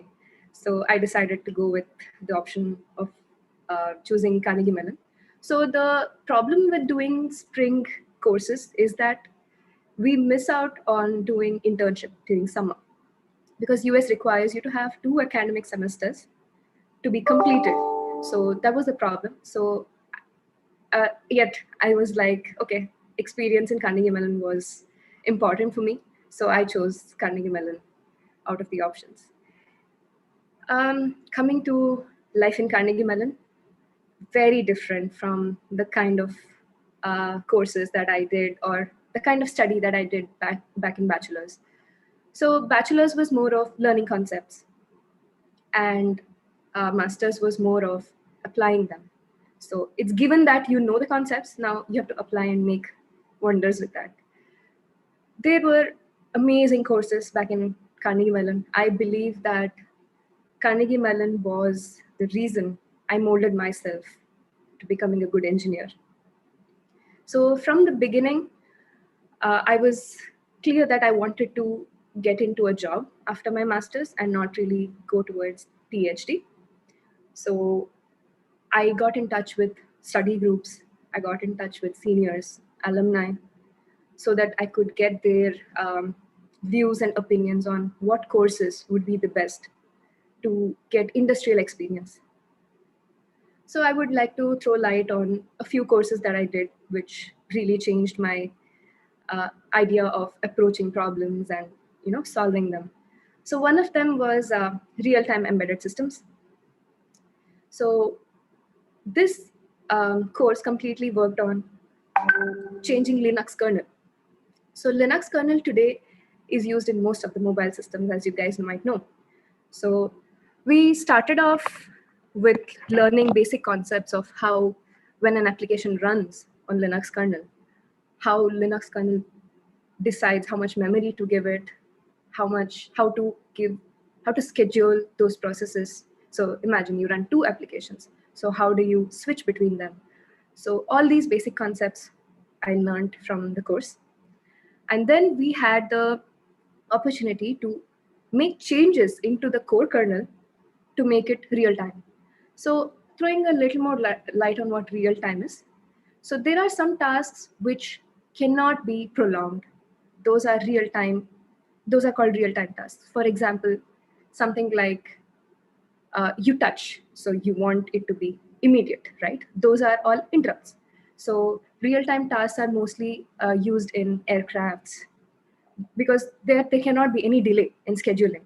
So this course completely dealt with such kind of tasks, and we converted Linux kernel, which is used on mobile systems where there's no necessity for it to be real time as such, converting that into a real time kernel. So the experience was too good. The professor I learned from, he was the one who actually invented a few scheduling policies that are used till today in mobile platform. So working under him was a real stunning experience. So this is when I decided that I really wanted to do something in Linux kernel, because I saw the opportunity to learn. I mean, there are endless things to develop in kernel. You can always make faster systems. You can always make better systems. So I was like, yeah, this is probably what I want to do. So usually what happens in universities is that they offer really good courses, but those are complex, really complex. You can't really score well in those because they are not, they are very different. They mostly work on assignments and projects. So yet I advise that we should take such courses because those are the ones that really give us the experience of learning something new and making something yourself. We in Carnegie Mellon, we had a portal where we could check how aligned our courses with industry. For example, there were some courses where we could write operating system from scratch, like a blank sheet, write operating system from scratch. So the feeling of doing that, completing that, and seeing it run is a treat. So definitely I would do that again, however hard the course be. And there was one more course called storage systems. So storage systems was one which taught me how data is preserved and maintained. So one of the projects that I did in storage systems was we wrote a mini Google Drive, an optimized version of Google Drive. It was an experience which I never had before. I had never worked with storage systems, and yet by the end of the course, I could actually write and mimic Google Drive kind of a system. So learning in Carnegie Mellon was always uphill. It was too good. It was hard, no doubt, but I would do that again any day. And coming to job search, so by the time I had done my 2 semesters, I was very clear that computer systems was what I had to do. There was also machine learning that many people took up in Carnegie Mellon. But back in bachelor's itself, I had taken a few courses in machine learning. And if I had a choice, I would have chosen embedded systems and computer systems. And that's why I didn't even take not a single course did I take from ML in Carnegie Mellon. I focused completely on computer systems throughout. And coming to job search of how I'm here today. Job search is completely different from how we do in India. Okay, so India, you have campus placements, companies come to you and they take the best talent, right? So in US, it works the other way around. We have to contact companies, we have to apply, and they need to choose you. So standing out in a crowd is something that you have to do. So I used to do research under professors where I could showcase my innovation skills as well. So it was not just technical skills. We had to show some innovation as well, why I'm better than the rest. Writing good resume, maintaining good contacts, like growing a network is very important in the United States. So if you grow your network well, you can always, more opportunities open up for you. So I was in constant touch with my seniors, and even my research professor, she had a lot of networks in big companies. So with all this, I did receive a lot of callbacks. So receiving a callback is a hard thing about United States. So once you receive a callback, now that you have done important and complicated courses and you have excelled in them, it wouldn't be that hard to crack them. But getting calls was a task. But I was very proactive. Carnegie Mellon hosts 2 career fairs where companies come down and showcase what kind of work they do. So there were 2 such sessions. I was very proactive. I had shortlisted the kind of companies I want to work for, which included Apple, NVIDIA, Qualcomm, and Google. So I was very proactive. I used to go and put my pitches across, and I did receive a call back from all these companies. And out of the jobs that I was offered, I chose Qualcomm because Qualcomm was very much in line with what I was looking for. So after my real-time embedded systems course back in CMU, I really wanted to work on Linux kernel further. And Qualcomm offered me the same. So, I mean, there was no thinking twice. I accepted the offer from Qualcomm. And working for Qualcomm has been a learning experience every day. So as soon as I began working for Qualcomm, the first project that I did was, there was a new operating system that came in 2018. And I had to run that on Qualcomm chipsets. So just what things I had done as part of real-time embedded systems, I did in this project. So, it's that in line what we learn in courses versus what we work for today. So the first project experience was this, where the new operating system was made to run on Qualcomm chipset. So I had to write drivers for Watchdog and Console on our hardware to make it work on our hardware.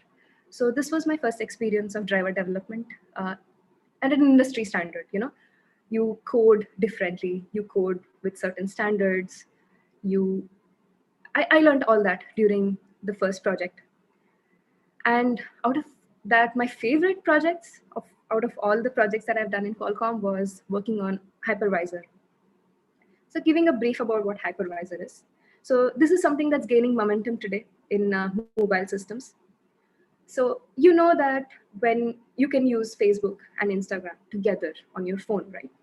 So it's the kernel which controls what is running, and you're swiping, so it loads all the content of Instagram when you want to open Instagram versus when you open Facebook. And you can switch between them even before closing them. All that is controlled by kernel. So imagine a layer in depth where you have 2 operating systems, Android and say macOS for an example. So there is another entity which you can write, which can control 2 operating systems. Just like you can swipe to choose macOS, you can swipe to choose Android OS. So not macOS, iOS. I mean, yeah. So that is the kind of technology that hypervisor is used for. I got an opportunity to actually develop and develop on such a layer in Qualcomm. So I was one of the first people in Qualcomm to work on this hypervisor. And with the help of my mentor, I learned how hypervisor actually works and how I can make it work on a hardware. And we were successful to bring up Android with this hypervisor layer. I added a lot of things to my skill set during this project, from memory management to scheduling. So I learned a lot about how two processes can run simultaneously in the level of an operating system and not just process. So that is one really good project that I would always cherish. Qualcomm always offers training programs. So we work very closely with ARM. So we have ARM trainings where we get to interact with people who work at ARM, all the new features that they are coming up with, how our hardware is going to change, and how we have to change our software based on the hardware that's coming up. So learning doesn't stop in Qualcomm. So after my first year, the team I work for, you guys must be knowing Snapdragon 865, 855. We are the ones who write software on the chips that come out. So I worked on one of the chipsets this year. So this year was mostly about writing simple drivers. So we are the base in Qualcomm. My team is actually the base core kernel team. Okay, so we write very basic drivers, complicated in nature, but the most basic in terms of requirement. For example, GPIO, watchdog, cache maintenance, that level of drivers. And all other teams, for example, graphics, video, display, camera, all those teams write their drivers on top of the kernel that we provide. So this is the work I do. I'm very proud to say that we control the software flow, the developer flow of how people get to make their code run on the kernel happens because of our team. So I get to interact with people with different backgrounds, experience-wise, culturally. So Qualcomm is a very diverse company, and I get to learn from each one of them. They come with different skill set, and interaction with them has helped me grow a lot in Qualcomm. So we have debugging sessions. I learn a lot, about improving my debugging skills, improving my knowledge about both depth and breadth.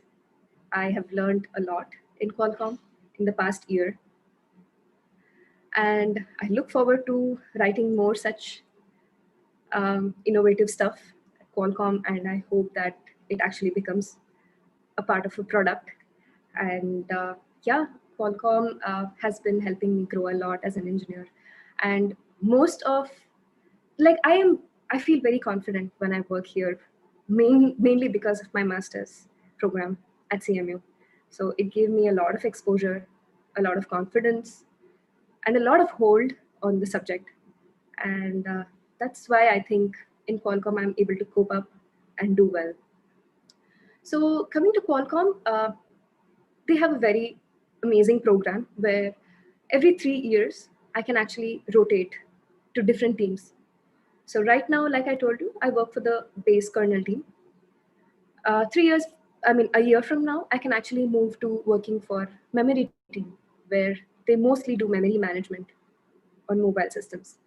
Or after that, I can move to scheduling team, where they do mostly scheduling of how to make an optimal system, like power wise, performance wise, so that everything seems smooth when you operate your mobile phone. So opportunities are endless at Qualcomm. That's what I've understood. So this is just in kernel, and there are so many more teams, like I told you, graphics, camera, display, video. So growth, I don't think anything can stop growing in Qualcomm. And I'm very glad I chose Qualcomm for my career. And I think I would I would always work towards making something new. Yeah. So do you guys want to know anything about any of the projects that I spoke about? Yeah, so I have a question. So you're talking about hypervisor, right? About how it can switch between two OSs. So what exactly is the application for that, and why is the need that you would want to switch between OSs in real time? Any specific applications that you can think of? Sure. For example, say that your camera, okay? So your camera might have a special hardware. So you don't want to share your current operating system with that.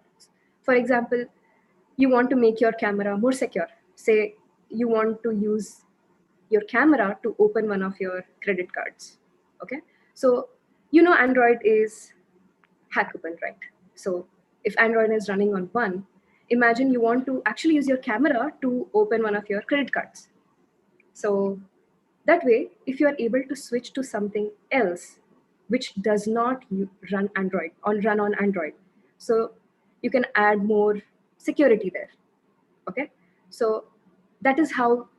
If you have a hypervisor layer, imagine you are using Android for now. So now you decide you want to open your credit card for some reason. So just by opening the credit card, you make it a completely secure environment, and hypervisor controls that now you have decided as a user that you wanted to move to something secure. So these are the kind of applications. I mean, applications for these are plentiful. You can have just a scheduler as a different VM. VM is a virtual machine. So what we in our terms call different operating systems, like I told you, are virtual machines, because they don't have to be complete operating systems. I don't mean both the operating systems have to be as heavy as Android. It can just be simple kernel as well. So yeah, something like that. This is one of the applications that I can think of. Did I clear your point? Or? Yeah, you did. Okay. Also, going back to your job search times. So you told that you had to make a resume which would stand out and which would grab the attention of the job. So what do you think was that aspect in your resume? Like you spoke about how you worked on innovation under professors. Was there anything else in specific which you thought really helped you to bag your position? Okay, so one thing is that companies here, right? All the big companies like Apple, Qualcomm, they all know of the courses of CMU. So when I apply for a Linux kernel development job, so Qualcomm looks for that in your resume. Meaning, have you done real-time embedded systems course? Like simple, the whole course. They know the kind of courses CMU offers, and they see if you have done the course. So if you haven't done the course, they don't even go ahead with you. So that's why it's important to do good courses. So one thing is choosing the right kind of courses. Secondly, network. I had seniors working in Qualcomm, so they helped me get referrals. So referral here just means your resume gets picked. After that, whether they want to pursue you or not is up to them. But at least you have to go till there where they notice your resume.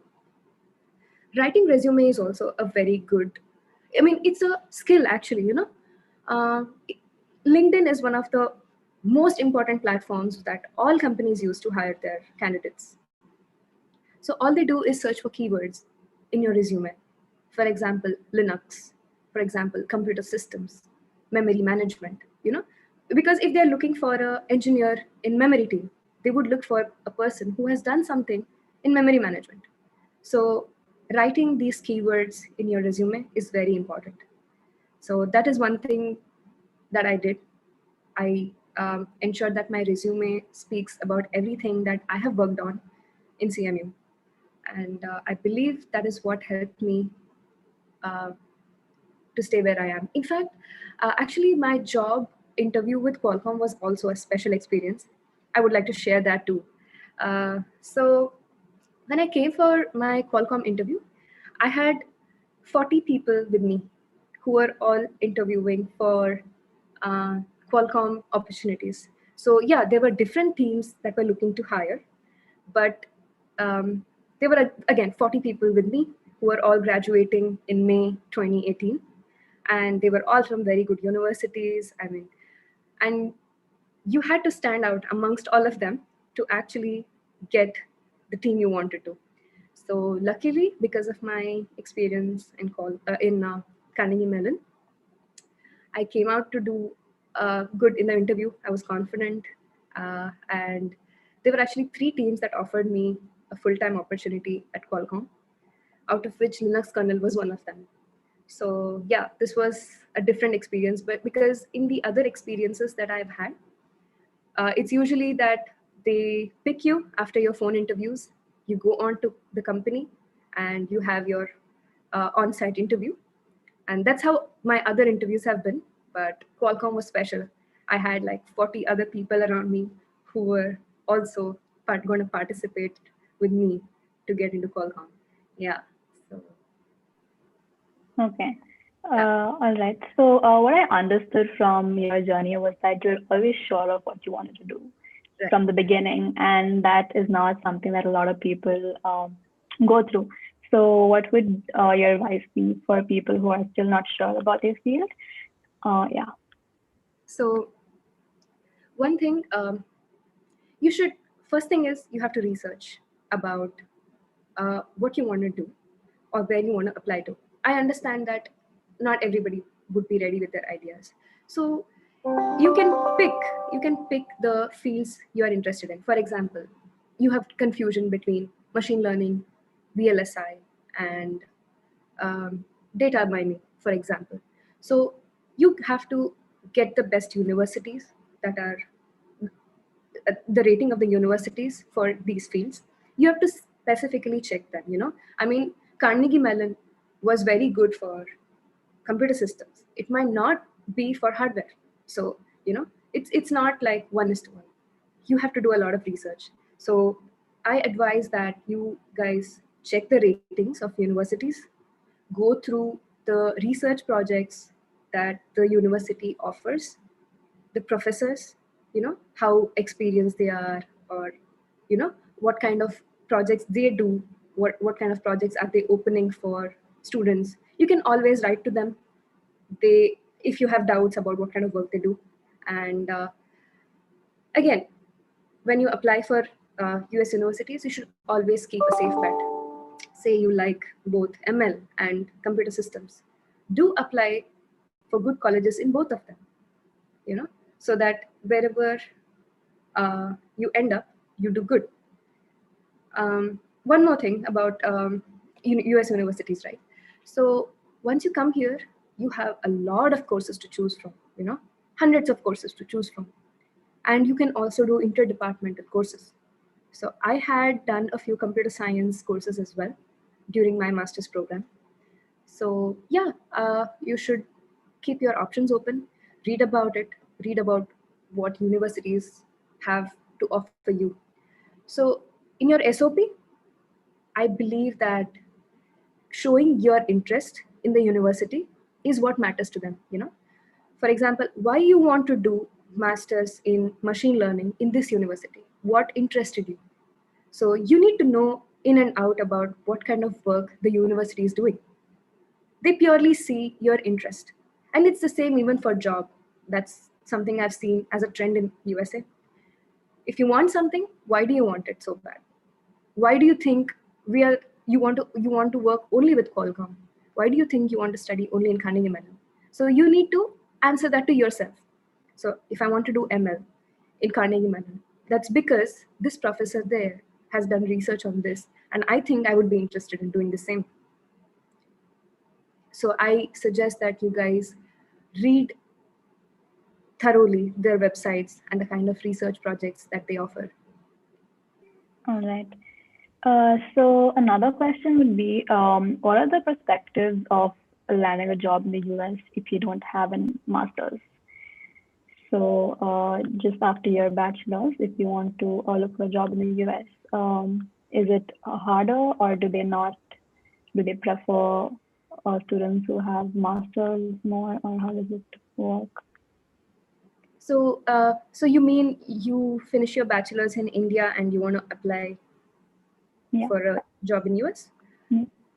It's very rare. I haven't seen that going through. So I would have seen that people have worked in India and then come here after a few years. Yeah, that definitely I've seen. But directly coming here, I haven't seen many people do that, you know. Another problem is H1B. So H1B has higher quota for master students over bachelors. So yeah, I mean, I wouldn't say that it's a cakewalk to actually come after just bachelor's to US as such. Yeah. Okay, so we have another question. So it says that how does kernel development scale with major breakthroughs in hardware development? And is the correlation very high, or is it relatively independent of possible changes in architecture? Sorry, I missed the first part of your voice. Yeah. So how does kernel development scale with major breakthroughs in hardware development? Yeah. Okay. Okay.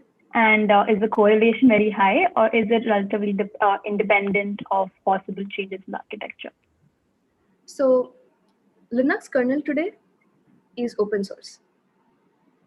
What makes it run on the hardware is the kind of drivers you write. So for example, the level of hardware interaction that I have when I write a driver is that what is the address of the register, what each bit of the register corresponds to. And that changes with hardware. For example, a Snapdragon 765 might not have that register in the same address as opposed to a Snapdragon 865. You know, that is common. So that comes to hardware level. That is why we develop drivers to make it work on Qualcomm's hardware. Like, for example, I told about my first project, right? So it was a new operating system, not Linux, right? I still made it work on the same hardware by writing drivers specific to the hardware. And coming to architecture, yeah, architecture makes a lot of difference. For example, when you say architecture, I believe you're talking about ARM versus x86 versus RISC, right? That kind of architecture. Yeah, I mean, those are how instructions are actually executed underneath. So there are a lot of changes that come up in software. Yeah. But if you come to kernel level and hardware underneath, yeah, driver development that is why you need drivers to work on particular hardware. Yeah. Okay. So when I was reading up about the challenges in Linux systems, there was one recent case where a lot of companies that we trust had rolled out a patch to fix this a vulnerability that actually ended up leaving a bunch of people, even in the enterprise, unable to boot the system. So this gets you back into questioning about what are the quality control steps and processes that are in place. If it's just a thing where someone normally releases the patch from a company and trusts it's good, or is there someone in the background who's actually testing out this on different hardwares and things before rolling it out? So basically, what is the quality control in Linux systems? Okay. So when you write such a huge software, right, that runs on mobile systems, it's extremely complex. So I cannot say that there is no vulnerability. There are always vulnerabilities. So we develop and put in place certain security mechanisms to reduce this. And testing is extensive. So we do extensive, rigorous testing on the system before we actually roll it out to customers. So when you say vulnerability, I believe you're talking about attacks. Yeah. So yeah, so like I told you, we have a lot of checks in place, you know, from writing the code until actually writing test cases to actually try and hack it and it failing it. So we have testing done throughout, you know. And like I told you, there are always chances for vulnerability, but we try to reduce it as much as possible by implementing a lot of security techniques. For example, you guys can read about it, CFI and SCS, Shadow Call Stack. There are many features that have been developed to control vulnerability of attacks in mobile systems, because you have a lot of personal information on your phone, from your credit card PIN number to everything about you, right? You have a scanned copy of your passport. So it is very important to have a secure system, and that's what we work towards doing. Yeah. All right. Okay, so there's a question where so statistics says that even now there are less than 30% of women in STEM fields. And to help boost these numbers, corporates and companies are giving more attention to gender diversity. And so in your opinion, I would like to know how far this is true, and if the steps that are taken to bridge these gaps are effective in your workplace. Mm-hmm. So yeah, that's statistics. I don't deny that, because in a team of 10, we are just 2 women in my kernel team. But we are never treated unequally. I mean, we are always given the same kind of opportunities. We can voice our opinions. One very important thing in Qualcomm is we have a similar women in engineering group, where we meet once a month to discuss issues that we are facing, or improving our skill set, things like that. So companies are working towards making it, better place for women. And the drive that I told you, where 40 more people were with me. So Qualcomm ensured that majority of the people who entered that pool of 40 people were women, because they wanted to, give more opportunity to women. So things are changing, definitely. Like, I do not see any gender disparity personally in the 2 years that I've been in Qualcomm. I have never experienced anything like that. And I'm pretty sure it's the same with all other companies like Qualcomm, or like Google, Apple, etc. Things are changing. Definitely there is a disparity. I know, because we are just 2 people out of 10, like I told you. It is going to improve, I'm pretty sure. Yeah. So just that companies here look for talent. They do not see if you're a girl or not, So what I would suggest is you should do the best wherever you are, so that you get noticed, and they have no reason to reject you. That's how it should be. And I'm pretty sure it's going to change soon. Yeah. Okay. Also, were there any challenges or any like ways in which your job surprised you when you first joined, and like how did you overcome it? Yeah. So the first challenge was everyone around me was really smart. So I was extremely nervous initially, because I had issues even with setup that I had to go and ask people. And learning about what Qualcomm does, what my team does in a week is just impossible. So I worked hard initially. I had a very good mentor. I give that to him. So he always supported me. He gave me good material to read, to go through, and many training plans. He made training plans for me. And that's how I overcame the fear of, contributing to the team. Yeah, I owe it to my mentor, and of course I put in my effort as well. Yeah, and that's how it was for me. Yeah. So luckily for me, sorry to cut you. The project that I did was new to everybody in my team. Nobody had done like putting the new operating system on Qualcomm. That was the first time anybody even attempted it. So I used that leverage that I'm learning while I was, new to the role. So that probably worked out for me. And by the end of first year, I was pretty confident. Okay. Yeah. Okay. So, what were the best resources that helped you during your course of time? And like you're talking about building OSs from scratch. So that would be an overwhelming thing to think about. So how would you go about that in a step by process? Okay. So firstly, I did not get to do the course, but I know people who have done the course, so I can tell you how it was for them. So you have, when you talk about operating system, right? There are a lot of things that play a role. Memory management. So from the beginning about how code starts running. So you have to write everything from a small bootloader to writing the operating system.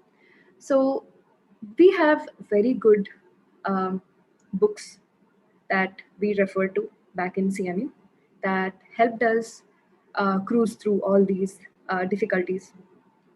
And having an idea about how your operating system should look like, what you want to improve in your operating system.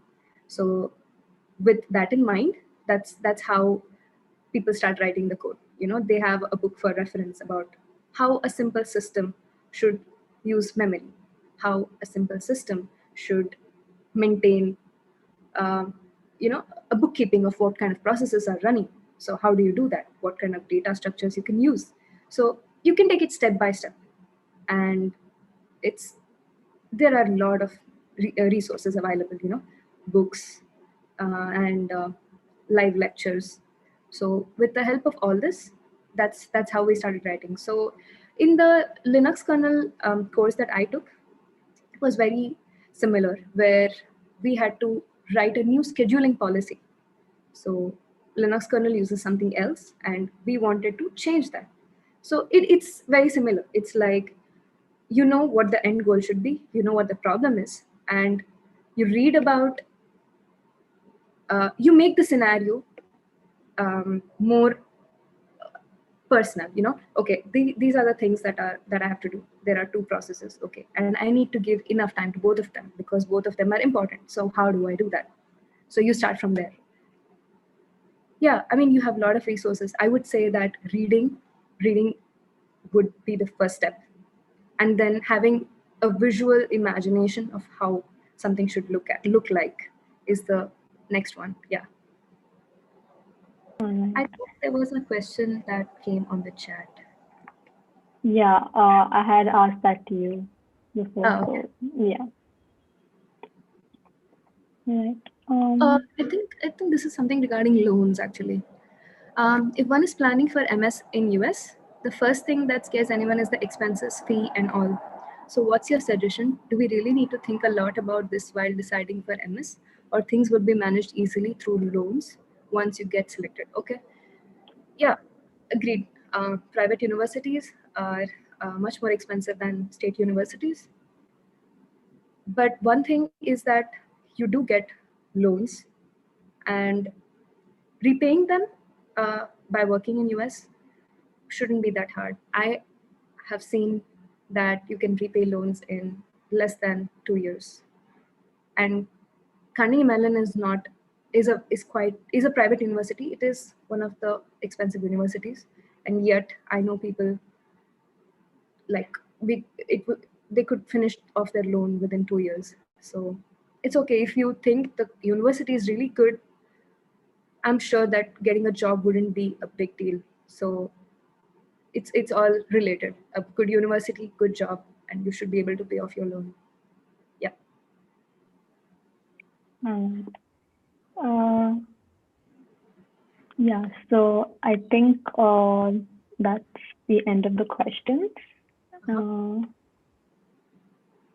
Yeah, so are there any final advice or advice you would like to give to the audience who's watching? So one thing is that you should know that wherever you are, be it the best university or not, you should always be the best.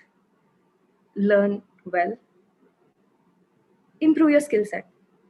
Talent is always going to be, especially in US, I've seen this happen. Talent is always appreciated and rewarded. So wherever you are, you have to do well, and you should show your interest and passion towards things. So that's what can help you do well. Okay, we have one more question actually. Go ahead. So it says, what is the behavior of Native American towards Indians? As I've seen in the news, that there's a lot of discrimination towards Latinos and Africans. Again, it's, and I won't deny that it's not there, okay? But in companies like Qualcomm, there is always effort to preserve diversity. So there is no discrimination as such that happens. In fact, discrimination is looked down upon, meaning I have recently there was a case of discrimination that happened in Qualcomm, and that person had to be fired.